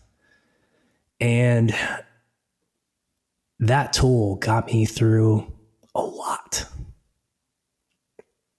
It was pretty incredible. And you said that you were in that kind of state for more or less 3 years. 3 years. Yeah, that's pretty impressive when you think about, going through all that. And was that, so you're in that kind of depressed state where you're trying to figure it out. Everything's kind of compounding one thing on top of the other, and you're kind of at your wits end. And you kind of talked about it a little bit earlier, but we didn't get into it. But actually, in the episode that was just in front of this, Michelle Maidenberg, she's a licensed clinical social worker out of New York, and she had talked about trauma there's big T trauma and little T trauma. I don't know if you guys are familiar with that, because I was not familiar with it. Big T trauma is, PTSD, I got blowed up, some horrific, rape or, some type of legitimate, I would say legitimate, that's a bad word. That's an improper word here, but something noticeable that that everybody is no doubt about it. Okay, that's trauma. Like little a life-changing event. Yeah, somebody's killed in front of you, or you witness something horrific. That's a big T trauma. Little T traumas are like a series of small little things that on their own aren't the end of the world. But when you're in the state like what you're talking about, Brandon, where it's just you're struggling every day, or you were talking about for 12 hours a day, you're figuring you have these suicidal ideations. Those little tick-turdy events that would seem insignificant on their own actually add up to be, they're cumulative. Those little, those little T traumas are cumulative, that has the same effect in your brain. And I'm probably jacking it up from the psychological point of view, but those have the same effect in your brain. So you can't really tell when you see these people and you look at them and you go, why would they want to hurt themselves? They had everything, or they had this, but to them, they had all these little to us, they're tick-turdy little small things, but to those guys, to that person, those were little micro traumas that they all add up. So I can imagine in that 3-year state, any little thing that would go off the rails would affect and essentially make you kind of circle the drain, faster or more, or however, whatever you want to say. Would you say that's a fair assessment, or did you have anything like that? 100%. And, the way that I like to explain trauma and stress, especially when we go into some of these things like cold plunge, that I'll talk about here in a little bit, because it has some of the most amazing benefits out of anything I'm going to talk about today. But you got to think of the brain's ability to handle stress. Think of the brain as a processor, right? It is a processor. So you only have so much processing power, right? You take a traumatic brain injury, maybe that's 20% of your processing power. Maybe it's 80, who knows? It depends on the severity, right? But it doesn't matter. It's a large percentage, and it doesn't really go away very rapidly. Now, these small things like you're talking, that add up over time. It's background noise that your brain is still processing. It's still always trying to solve these problems. And the more problems you give yourself, at a certain point, you're reaching the same threshold as, and I'm not trying to compare the two, but you can put yourself into similar categories of degradation of your brain's ability to handle stress, when they add up. And so absolutely, you're right. So let's you brought up something interesting, is when we talk about modalities, right? Of therapy. So I know that you have cold plunge, vibroacoustic therapy, and neurofeedback. Are those the three that the Davis Focus Project is kind of centered around? And if so, where do you see, and I guess they're all three important, but which one for Brandon, if you had to pick one, would be your go-to, and why? Yeah, that's a really, really hard question to answer. It's definitely case dependent, and or maybe a better way to describe it is one better for certain things than the other? Absolutely. So when I have someone that comes to me in a crisis, I've had several people come to me pretty suicidal, or come to the Davis Focus Project pretty suicidal, and I'll stick them on the vibroacoustic therapy to get them prepared, to get them relaxed. But the thing that I can always count on making a significant change while I have them in my hands is the cold plunge. The cold plunge is so undervalued, even with everything that you're seeing on social media and how popular it's become. It's one of the greatest tools that we have in our arsenal, especially when you couple that with specific protocols. So let's talk about some of the benefits. So deliberate cold exposure is one of the most effective ways to increase dopamine baseline, right? So dopamine is a neuromodulator or hormone that is responsible for willpower, drive, tenacity. It's why you get out of bed. It's why you show up to work. It's why you push through anything that's hard, right? And when we are depleted of dopamine, which most people who are having any kind of psychological conditions, I would say a majority of them have some kind of depleted dopamine, right? Or lower levels. And so if you can replenish their liquid motivation, it gives them the strength to push through and to solve some of these problems they have, right? It gives them that break, and allows them to execute a new plan to change their circumstances. And there's actually a really cool study, and I can send you the link after this, that talks about memory consolidation with deliberate cold exposure. And this is going to rope back into what I was telling you about the processor here in a minute. So what they found is that when you get into a cold plunge, a large amount of adrenaline and noradrenaline is released in the body, right? Noradrenaline goes to the body, adrenaline goes to the brain. And what this does is it creates a state of neuroplasticity. And so neuroplasticity is the brain's ability to change and to learn, right? So when you're a kid, you can learn a new language really fast. You can learn skills really fast. The older you get, the harder that is, and the more stuck in your ways you are. That's why you have like a lot of like the super old people, they're still racist, because that's like, during their time, and by the time their brain was solid, it's hard for them to change, right?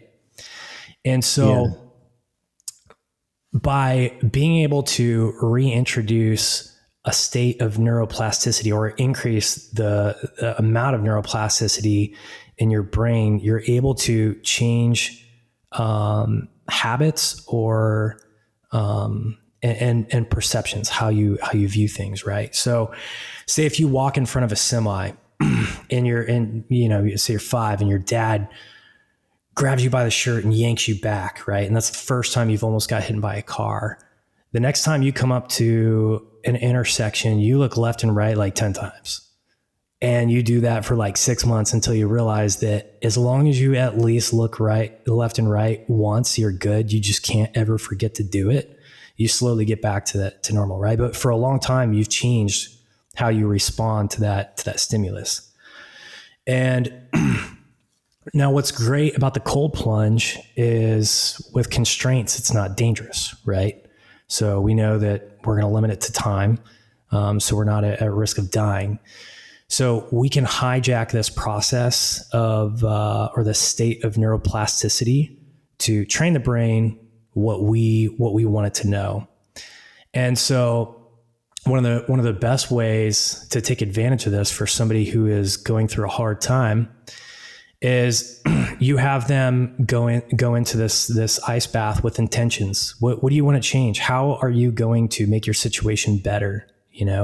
Are you gonna drink less? Are you gonna wake up earlier so you can get more things done? Are you gonna spend more time with your family? Like what do you need to do? What do you need to change, or what do you need to achieve, right? And so when I get the person in there, after I get them, get their breathing under control, respiration under control, that's when I have them start thinking about this. And you'll be surprised at how quickly you can get yourself to change habits. I've found that it was one of the strongest tools that I had at combating the amount of alcohol that I was drinking. And did you just get in the thing, or like, I'm not going to drink anymore, or like at all, like you're thinking that in your head while you're doing the cold plunge? No, I've actually visualized myself being happy without alcohol, doing things with my friends and my family that didn't require it. You have to visualize the person who you truly are, which is not the alcoholic. You have to see it, and then you have to see the steps in between you and that person and what it takes. You're visualizing it. You're getting reps in. It's like chair flying for getting yourself right. And it does take repetition. But the fact that you retain 30% more of what you just learned when you get in a cold plunge, that's a study I was talking about. And it's based on memory consolidation. So what happens when you have all this adrenaline released, right? Your brain says everything that's going on right now is ultra important. And so this is a hack that Andrew Huberman talks about with, learning things, going to school, trying, studying for tests. You do a cold plunge after, because when you release all that adrenaline, your brain says all of this needs to go to long-term memory. That needs to be core coding. It needs to be saved. Well, when you do that, when it's storing everything in long-term memory, it's also clearing your processor. It's clearing your cache. Yeah, it's like swiping up on all the apps on your iPhone. It's saying, all right, this is the endpoint, store this on the hard drive, but I don't need this ready on the processor anymore. So not only are you learning this new information, which is the new you, but you're also getting all that background noise that we were talking about that's been building up over time. You're clearing that out.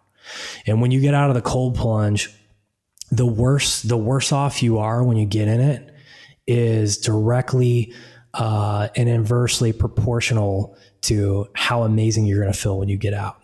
So I'll share a really good example.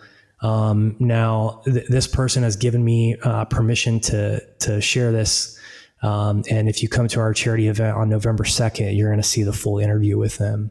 So our last charity event, 2 days after the event, Isaac Talent came to me and told me that he was in a rough spot, and he came over. I told him to drop what he was doing and come over, and I worked with him for about 6 or 7 hours.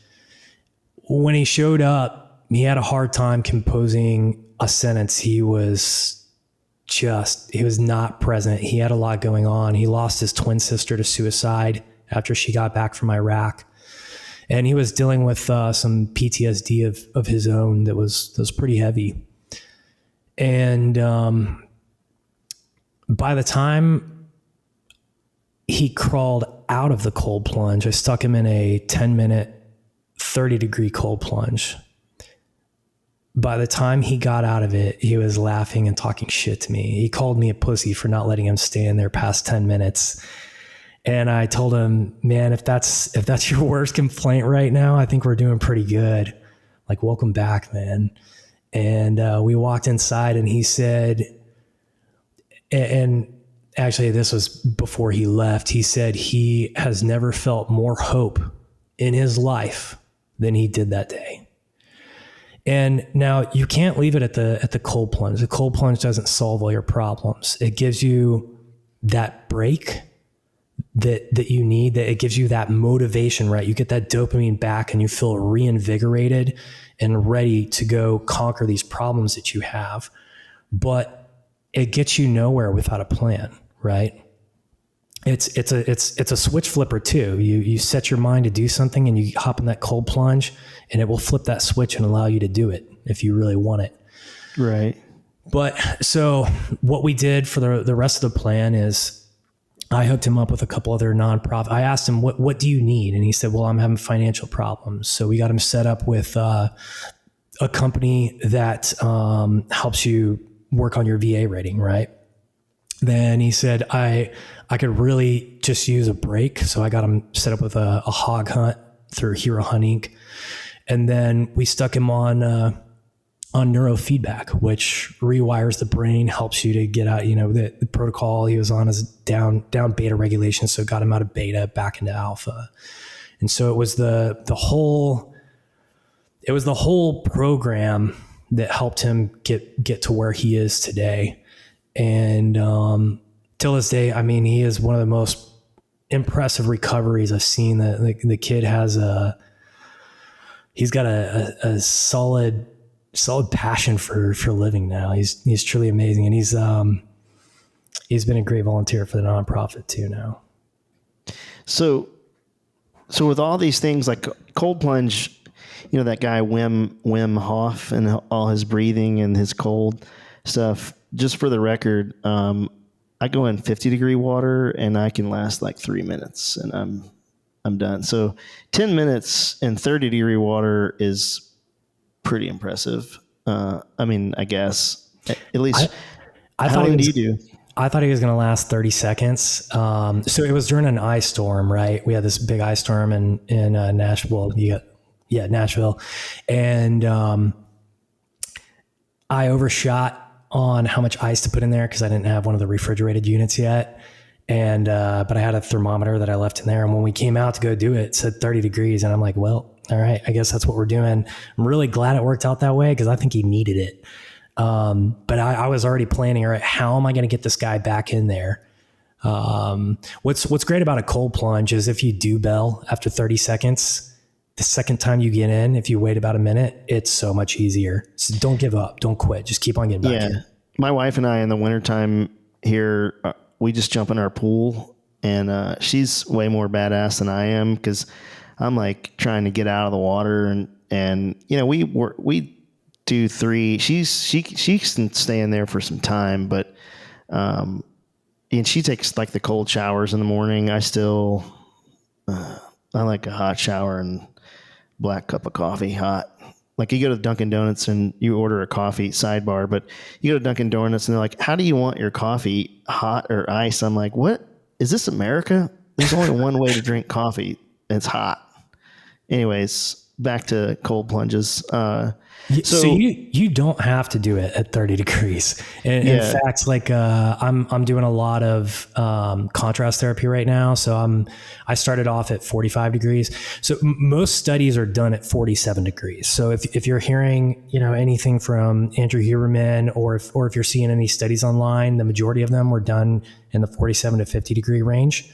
And that's where that 250% increase in dopamine comes from. And I want to clarify something there. So like you do some cocaine, right? dopamine goes through the roof. It crashes right after. Your new baseline is lower than it used to be, right? Big problem. Postpartum depression. The mom gets super excited leading up to the birth of her child, and that's like the most exciting point of her life, right? She releases metric tons of dopamine. And so the crash afterwards, if it's someone that's easily excitable, a lot of times that can lead to postpartum depression because they've wasted all their dopamine and now the new baseline's lower. What's really cool about the cold plunge is not only does it stimulate the release of dopamine, it stimulates the production of dopamine. And so there's a large release in the beginning, but when it comes back down and starts to settle out around the 14th hour, the new baseline is higher than the old baseline. It's there are very few drugs, like pharmaceuticals, that can increase dopamine, and there's not really anything that can do what the cold plunge does naturally. It's pretty impressive. I mean, if you want to get something done, if you want to be successful, or if you want to combat some of these conditions, the cold plunge is where it's at. And you don't have to do it at 30 degrees. You can do it at 47 degrees. You can start off at 2 minutes. You can do 3 minutes. The cold showers are great too. Obviously, if you can fully submerge your body in cold water, that's ideal. If all you have is a cold shower, start off with 30 seconds in the morning. Work yourself up to 2 or 3 minutes. Don't do the Wim Hof while you're standing up. You don't want to pass out in the shower, but right. But both are really powerful tools. Yeah, I think the cold plunge is really cool just to see. It's also good for inflammation. If you got joint pain, at least it help with me. So, I used a lot of the contrast therapy when we were training for the C2C race. What's contrast? What is it's that? like there's a couple different ways to do it, but it's sauna and cold plunge. So I would usually start off, I'd do a 45-minute session of, like 5 minutes in the cold plunge. Then I'd go sit in the sauna for I might do the rest 40 minutes in the sauna, or I would reverse that, do the sauna and then into the cold plunge, or I'd bookend it with a cold plunge, the sauna, and then back into the cold plunge and go on the way home to kind of work with the inflammation. Yeah. That's been like, they've been doing that for millennia in Europe and Asia, the Korean bathhouse, or like if you go to Hungary, they have like these pools, like there's a hot tub, and then you go into a kind of lukewarm pool, and then a really cold one, and then back to you hop around these springs or go into a sauna. Like the Finns, Finland, they're like big in the saunas, and then they go jump in the snow or whatever. Yeah, in Vermont we would do the hot tub, and then you'd get out and you'd go roll around in the snow for a while, and then you'd get back in the hot tub, which is kind of the opposite effect because it feels like your skin is being boiled off your body when you get back in the hot tub. So I don't know if that's helpful, but it hurts. Yeah. So let's bring this all together. So you end up medically retiring out of the Army. Obviously, we know the background of how the Davis Focus Project is kind of the impetus to it. And so now you've got the Davis Focus Project, which is a nonprofit, human performance thing. And we talked about the cold plunge, the vibroacoustic therapy, neurofeedback. And you do the sauna stuff too, the IR sauna. Yeah. Do you guys do that too? Yeah. So here's a full list of over time what we will offer. So we have right now we have a sauna. It's got a traditional sauna heater in there. It's got IR sauna and it has red light therapy all in one. We do have a refrigerated cold plunge. We've got vibroacoustic therapy. We have neurofeedback, which can really combat just about any psychological condition. There is ADHD, TBI, PTSD. It helps alleviate the symptoms of pretty much anything because what it does is it measures the frequencies in the brain and interconnectivity in the brain. And so whatever is going on, if it's operating on a frequency that's not conducive to a healthy brain, or certain parts are talking that shouldn't be, or vice versa, it has a protocol. And we put you on that. You watch Netflix. the screen gets dim and the volume goes down when your brain is not operating how it should. So say if you're in high beta and it's trying to down regulate that so we can get you to sleep, it's trying to get you at least into alpha. If you're in beta, the screen is black and you can't hear anything. As soon as you come out of beta, the screen gets bright and volume comes back up. So that's how neurofeedback works. Then we have, over time, we'll have cryotherapy. Let's see, we've got vibroacoustic therapy. We'll have PEMF, which is really good for physical pain and mitochondrial function. We'll have a Hocket, which has about 10 modalities in one. I don't want to go too deep on that one, but it's really good for detoxification. We'll have the HBOT, which I think is going to be really good for aviators, the hyperbaric oxygen therapy. We can only go up to 1.5 ATA or atmospheres until we have medical staff that can oversee that, but you can go up to 1.5. Like most of the places that you're going to hear about hyperbaric oxygen therapy, most of them are not medical grade. So it's just someone that's been to a class, but it's still very, very effective at helping clear some of the amyloid plaque out of the brain and recovering from traumatic brain injury. Tyler, recovering from some of that brain fog that you're talking about, brother. It can be expensive, and it is time consuming. When the HBOTs that go up to 1.5, you can spend about an hour in there at a time. It's probably going to take you, 5 to 20 sessions to see a lot of progress. So you either need a lot of time or you probably need a serious enough condition to make the time. But so kind of leading back to the modalities. So that's the bulk of the modalities that we'll have. But what's really important here is, we don't just assign modalities based on, I'm having this symptom. We have 3 very powerful diagnostic tools to help us build the right program for you. So the first one is called the Pinot Metabolic Analyzer. And so it straps to your face. It's got a battery pack, backpack, and then a chest strap for heart rate. It measures respiration rate, pressure, O2, CO2, and then your heart rate.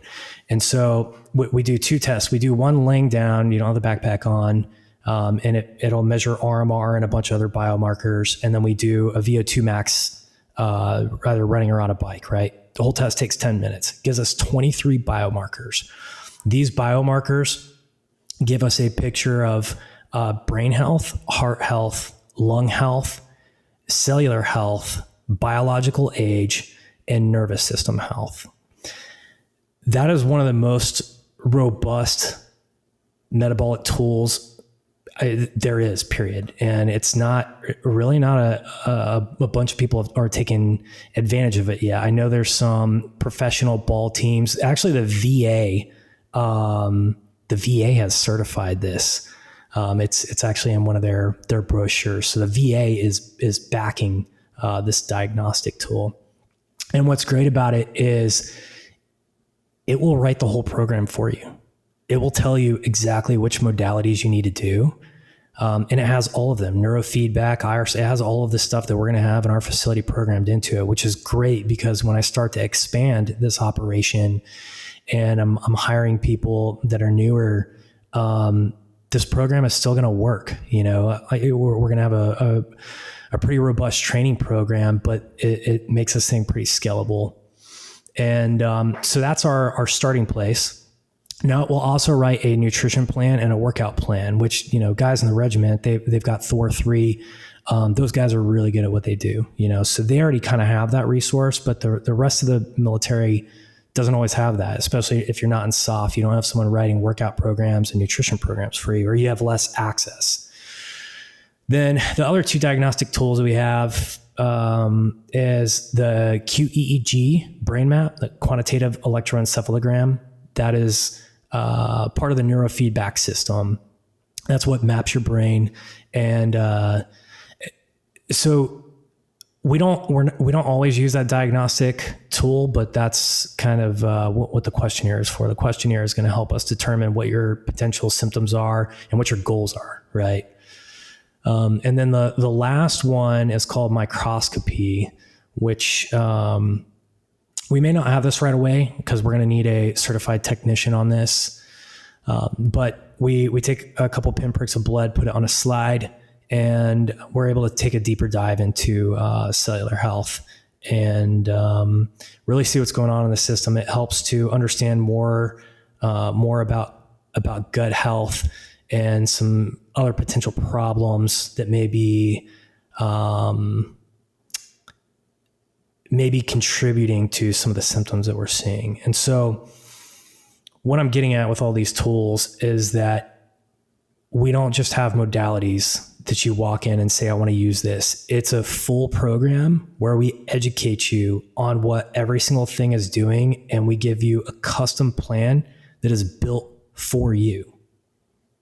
That's what I think is so powerful here. Now, some of the other things outside of the modalities that I want to share and why we're so different is number one, we don't offer talk therapy. If you come and you need to talk to a counselor, we will make that happen. There are several organizations that are already really good at that, like Given Hour, givenhour.com. If you need to talk to them, they have a battle buddy program, and they also have clinical psychologists on standby to take your call. So rather than try to reinvent the wheel in every direction, what we're doing is building a really robust database of other organizations that solve some of these other problems really well. And I actually sit on the suicide prevention committee for the state, which has given me a lot of access and a lot of education very rapidly to building that database. So when we talk about, so what do you need? So this stuff is coming. I know that you've got the Restore 24 event, which is November 2nd, 2024.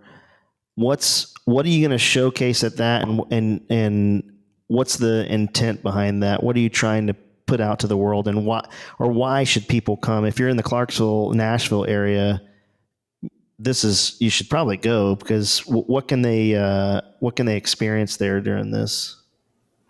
Yeah. Let me go right back to this last point real quick. It is an important point, and I got a little sidetracked. So the last thing that I wanted to say is that we're really trying to combat the stigma associated with going to get help, right? I told you that this organization exists because of the barriers to getting help that I saw, and the stigma was one of them. And how we're going to combat that is we're opening a Center for Human Performance. No one is in scrubs. You're not going to see doctors in there. You're not going to see a psychologist in there. You don't have to be sick to come there. You don't have to be depressed to come there. You want to just perform at a higher level? You're welcome. Come in here. Let's help you achieve. Let's help you get ready for selection. Whatever you got going on, let's help you perform at a higher level. And I think that's very important. I think that's how we're going to reach a large portion of the population. I think there's a group of people that maybe fall into this category of they have a small problem, right? And I know I've seen some senior warrants even talk about this. They're like, yeah, I went to see the counselor, and they talk, but the problem hasn't been like super bad. So it's like you don't really feel at risk if your problem isn't that bad. But then once the problem gets bad enough to where it can shut your career down, that's when people stop talking, right? And then they don't start talking again until they're at the point where they don't care about their career anymore, right? Or finally someone convinced them to go get help. And so that giant area, that giant deficit where there's people that aren't willing to go get help, that's what we're trying to reach. And we're not trying to replace the help that they can get through the military. We're not trying to replace clinical counseling. There's a lot of value in that. And in fact, Dr. David Rudd, who was the president of the University of Memphis, he's one of the leading experts on suicide prevention in the United States. He is our director of psychology. Psychology is very important, but I really do think that these human performance factors, focusing on that and allowing individuals to feel safe when they come in here, that they're not going to be ridiculed, they're not going to be judged because no one really knows why they're there. I think that's important. I think it's really important. So I want to get back to your question. Okay, so So what do we need? How are we going to get this thing going? So the first thing that I'd like to ask you to do, if you feel passionate about this organization, I would like you to visit our website, thedavisfocusproject.com, and click on the donate button. How we will be able to operate in the future continuously and not have to worry about grants and charity events is recurring donations. So if you live in the Clarksville area and you think you might use this center and you can afford to miss $20 a month, we will be open next year. I can't tell you when, but this may be the cheapest subscription you've paid for something that increases human performance in your life. And if you don't think you'll use it, but you see the importance of it, think of all the people in Clarksville and at Fort Campbell that you can help by donating $20 a month. What's that like? That's like 2 Starbucks trips, or if you have a wife and girl, that's throwing your receipt away from McDonald's and not realizing there was a 20 in it. Yeah. Right. It's really, really easy, but it adds up. And I mean, let's do the math here real quick. So I get 100 people to do this. That's $2,000 a month times 12, 24,000.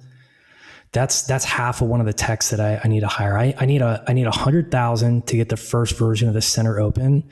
And then I need 54,000 for the employee that I'm going to pay.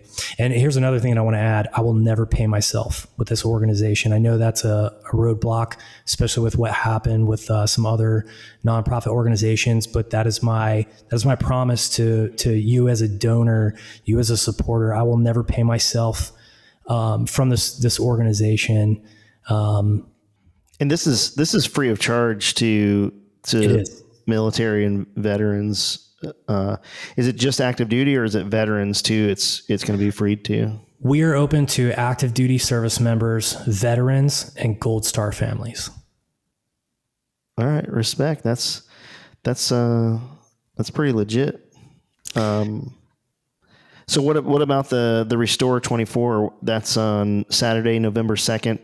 It's from 5 to 8 p.m. And where is it going to be held in Clarksville? It's at the Emerald Event Center. It's near Singo. I don't have the address next to me. Yeah. It's off of 41A. If you're a Clarksvillian, you know where we're talking about. Yeah, and if you visit our website, you can click on the charity event, or if you're on any of our social media, Facebook, Instagram, LinkedIn, there, we have flyers there. It's going to be an amazing event. Scott McTavish, one of our newest board members, he wrote, directed, and produced Murph the Protector. It was a double feature release with, oh my gosh, I'm forgetting the name of the movie now. It'll come back to me in a minute. But anyways, it was a documentary on Michael Murphy, and Scott joined us about 2 months ago. He's doing a lot of the filming for the interviews coming up, and it's just been tremendous help in getting the right people to this thing. We have Sal Gonzalez. He's a Marine veteran, lost his leg early in the war, hit an IED in Ramadi, and now he's a country music artist. He just played the Grand Ole Opry not too long ago. He's crushing. He's going to come up and play a couple songs for us. And then we have Michael Broderick, a famous actor. He was in the Terminal List, NCIS, SEAL team, bunch of military stuff. He is our master of ceremony for the night. And then Master Chief retired Edward Byers. He is a former Navy SEAL and Medal of Honor recipient.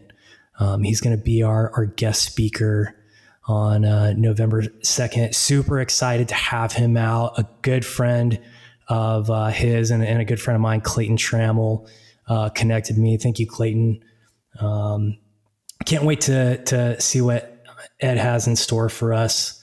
He's very passionate about this project. We're also going to have a charity auction. So I've got a signed Chris Stapleton guitar.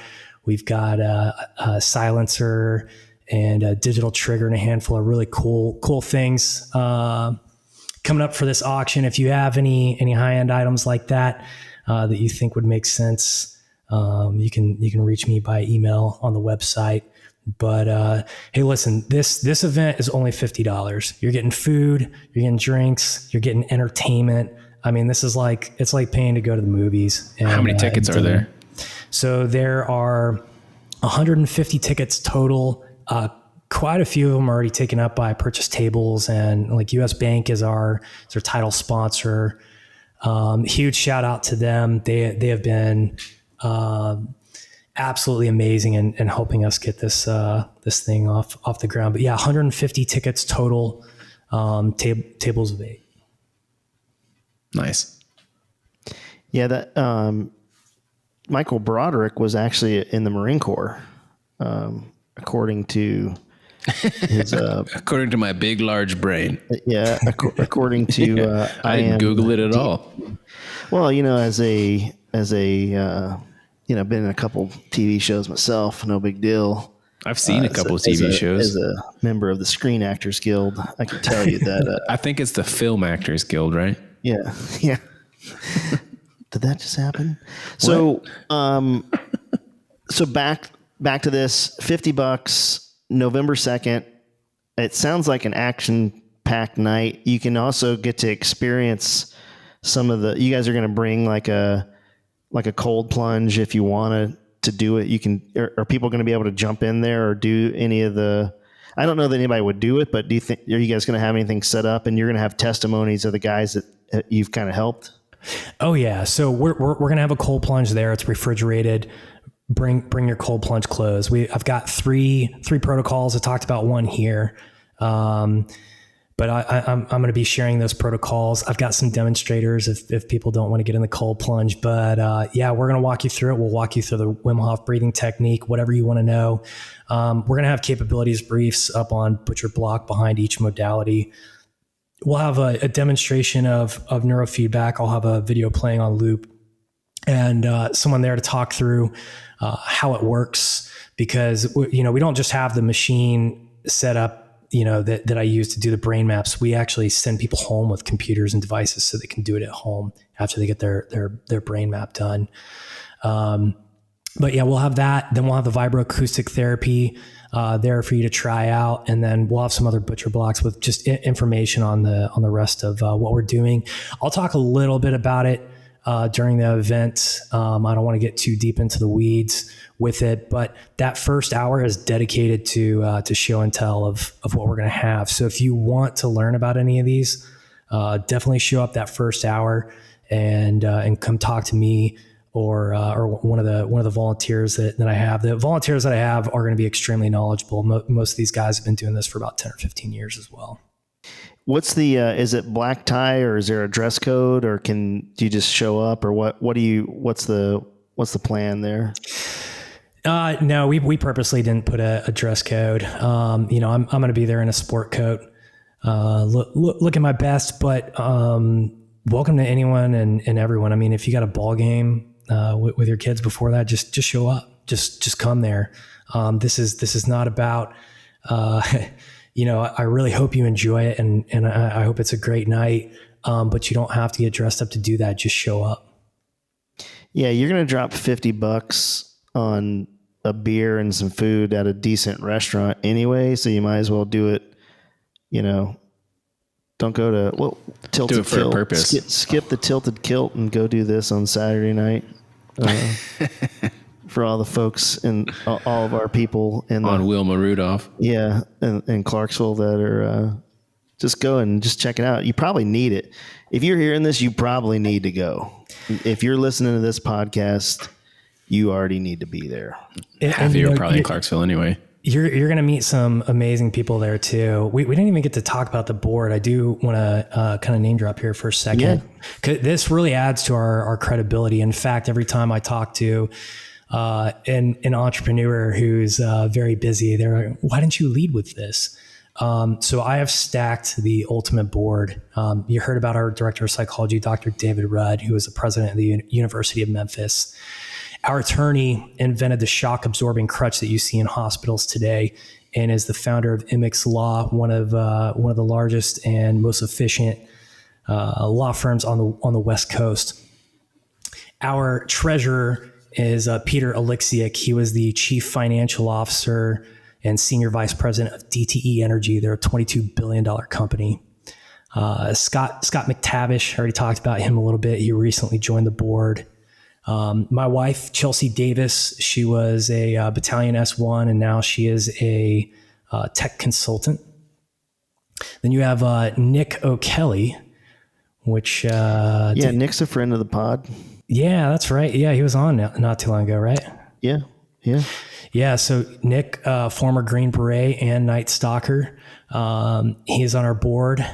Then we have Chaplain Emmett Ferner. He's a colonel at the United States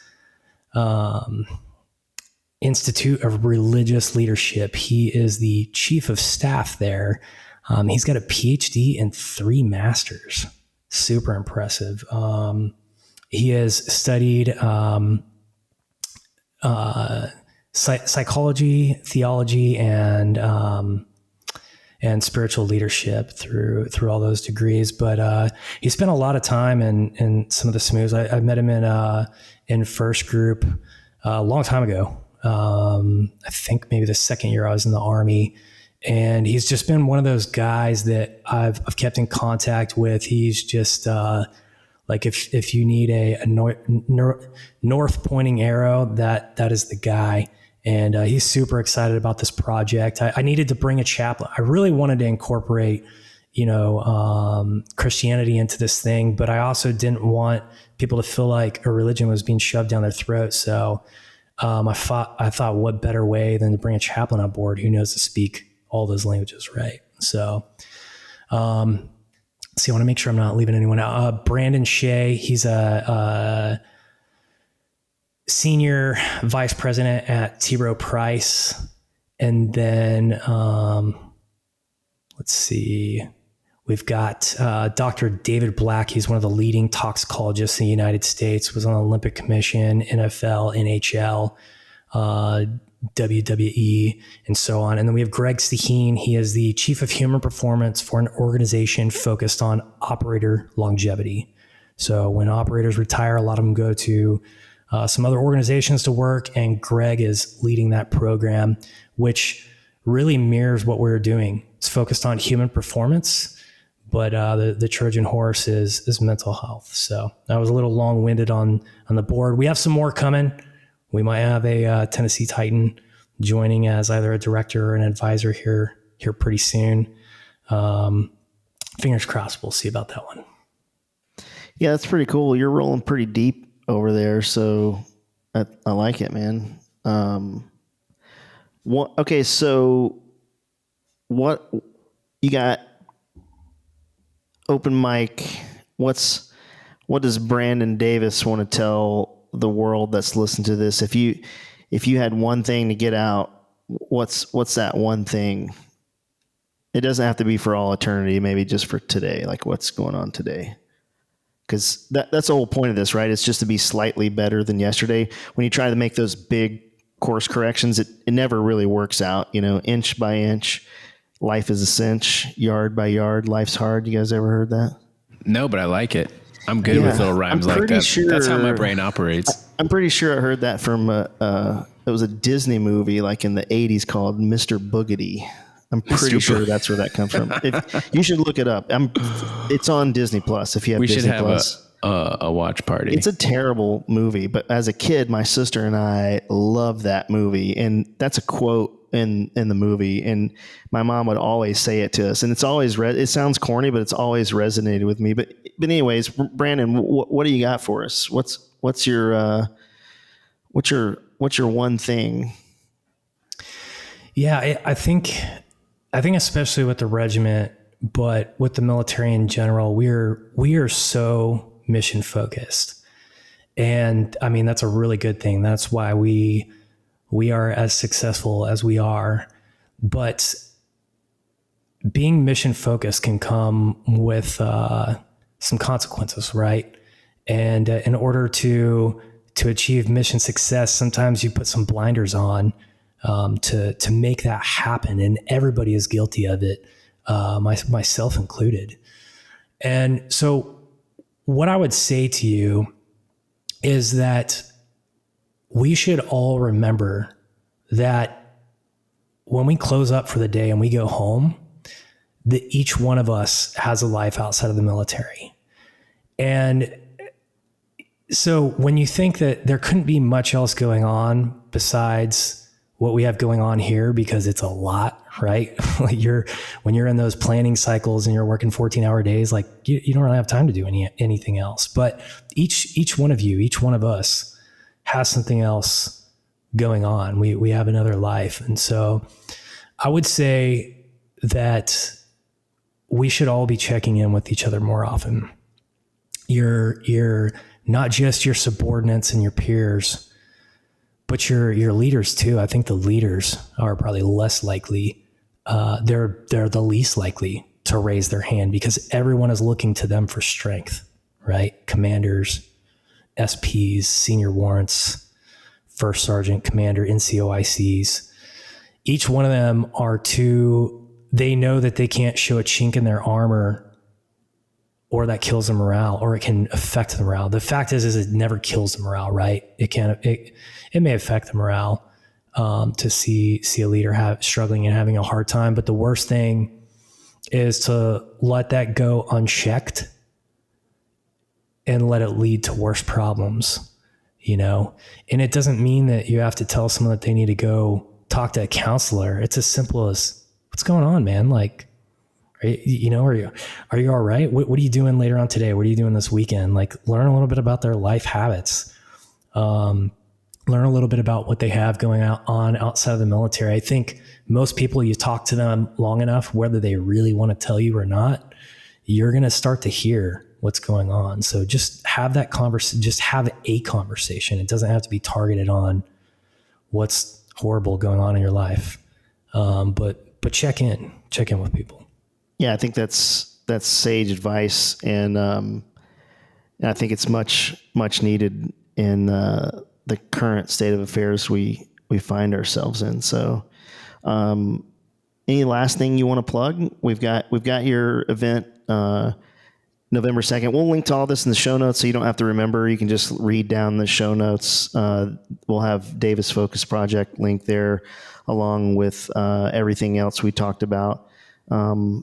Anything we missed or anything you want to go back over? No, I think we covered about all of it. I'm just excited to make a trip to that place and come play with those things. It's going to be a blast. We're going to set up a program, for people to come in. Like if you want to come TDY. Yeah. And, I do. And you want a whole program, we'll set you up where you're in there like half the day doing all these modalities, and we'll smash it out. That sounds perfect. Yeah, I'm always curious about these kinds of things. I mean, obviously I've done the cold plunge stuff, but all the other stuff it's worth a shot, right? Let's go play with it. See what it does. Absolutely. We can get the VIP pass. That's it. It's probably not a thing, but we're making it a thing. It's a VIP. It's a VIP. I'll show you guys the Nashville experience when you're here. And I don't mean Broadway. Yeah. Well, hey man, Tyler, what do you got? What you got? Any No, that's thoughts? it, man. I'm just excited to I think it'll be interesting, especially if you can have all that stuff under one roof and consolidate, you know what I mean? To kind of build that program to work with people. I think it'll be pretty neat. 'Cause I'm always interested in what the next thing is. And there's a lot coming out, especially with living in a world of excessive vibration, noise, and fumes, right? I think there's a lot of people who have some mysterious ailments going on, and anything we can do to start peeling back the layers of that onion, because it's up to us. It's not up to, fuck the VA. As far as I'm concerned, they don't really do shit for people. Every now and then, 1 in 10, you'll hear somebody, 1 in 20, you'll hear somebody has a good thing with the VA. But I think it's the nonprofits that really do all the work for veterans, first responders, and other people. Well, the biggest problem with the way that we're addressing these problems, which the underlying problem here is stress. Okay. Anything that we've talked about today starts with stress and our ability to handle it, whether it's education or tools. And how Western medicine handles this is very reactive. It's, you have a problem. And plus, if you're in the military, you're not going to go start to say, I think I might be getting a problem. Like most people don't really do that, right? So we wait until there's a problem and then we fix it. But this is something that you can go do before you ever get to that spot.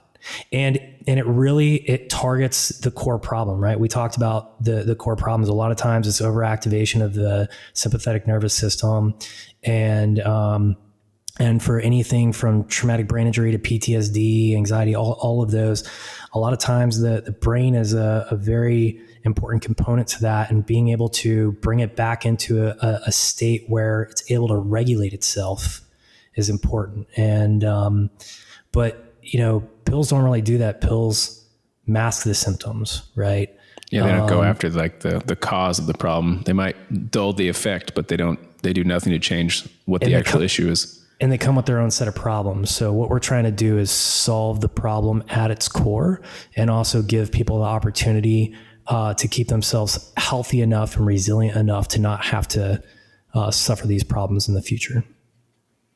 Yeah, and I think when you talk about the VA and all this stuff doesn't do anything, we're going to have Adam Maggers on. I don't know if I'm saying is that it's Majors. Majors? Yeah. Oh, that's way off. Sorry, Adam. But he wrote a book called Odysseus in the Ore, and we just talked to him the other day in our kind of pre-planning session for the podcast, and this very topic kind of came up. So, and he's a psychotherapist that gets way deep in this stuff. So that's coming, and we'll kind of get into this a little bit more with him. So that. Something to look forward to. But Brandon, I really appreciate your time with us tonight. It was awesome, and I'm really blown away how much you know about science and like brains and mitochondria.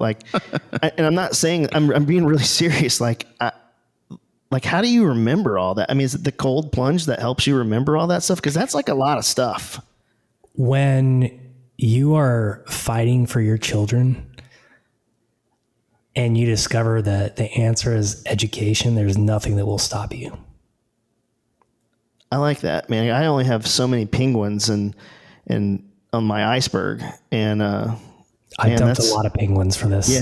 Yeah. He used to dump some penguins because, man, I struggle, but I think it's awesome. I'm glad that there are people like you that are out there doing this. It's definitely needed. So for everybody listening to this, if you're in the Clarksville, Nashville area, get out there. You're not going to miss $50. Take your significant other. You guys make a night of it. You're out, $100? You're going to spend that anyway at Outback or wherever you're going to go anyway. So why don't you make it for a good cause? And while you're at it, sign up for a recurring event and help somebody. You're probably not going to miss $20. And especially in 2024, because $20 is not what it used to be. For real. If you don't go to fast food, but if you do, man, it's hard out there. It's a rabbit hole. Yeah, that's a whole rabbit hole about inflation. Whole rabbit hole. Yeah. We don't want to go down that road. But anyways, hey man, thanks for taking the time with us. We really appreciate it. And let's after this we'll schedule a follow-up, and when everything's open, then we can see how you're doing, because we want to come up there, and I want to do the acousto vibrational therapy, or the vibroacoustical. How do you say it? Vibroacoustic therapy. I really nailed it first try. That was good. Yeah, vibroacoustical. You see what happened was. So, anyways, hey man, that's thanks. Like vibrating bed. I'm in. Yeah. Just make it easy. He's been waiting to get to that point ever since he heard it. He's like, yes. I'll just start breathing in the microphone like this, like the mouth breather over here. Oh man. But anyways, hey man, I really appreciate it. That was a ton of knowledge. I think you're doing great things, and I'm excited to see where it all goes for you. Hey, same here, Thad, Tyler. Thank you both so much for having me on the show. Thank you for what you do. Thad, I'm always here to help you build this business. We've talked about it a little bit. I run that entrepreneur club and have a lot of great resources that have helped me with the organizations that I've built. I'd love to help you build this. Keep doing it. This is important work. I think, these aren't easy topics. And, especially the one today, I'm not here to point fingers, but there are some things that like we all need to take a deeper look at and understand if we want our formation to be tight, if we all want to make it through this together alive. We've got a lot of analysis to do, and that I'm really glad that you're the man here doing it. Tyler, you too. Yeah. Thanks for coming on, dude. It was a pleasure to meet you. Yeah, man, that was awesome. I really appreciate all the kind words, and let's do it again. Sounds good, gentlemen. Take care. All right. All right, take care, brother. Bye. Bye.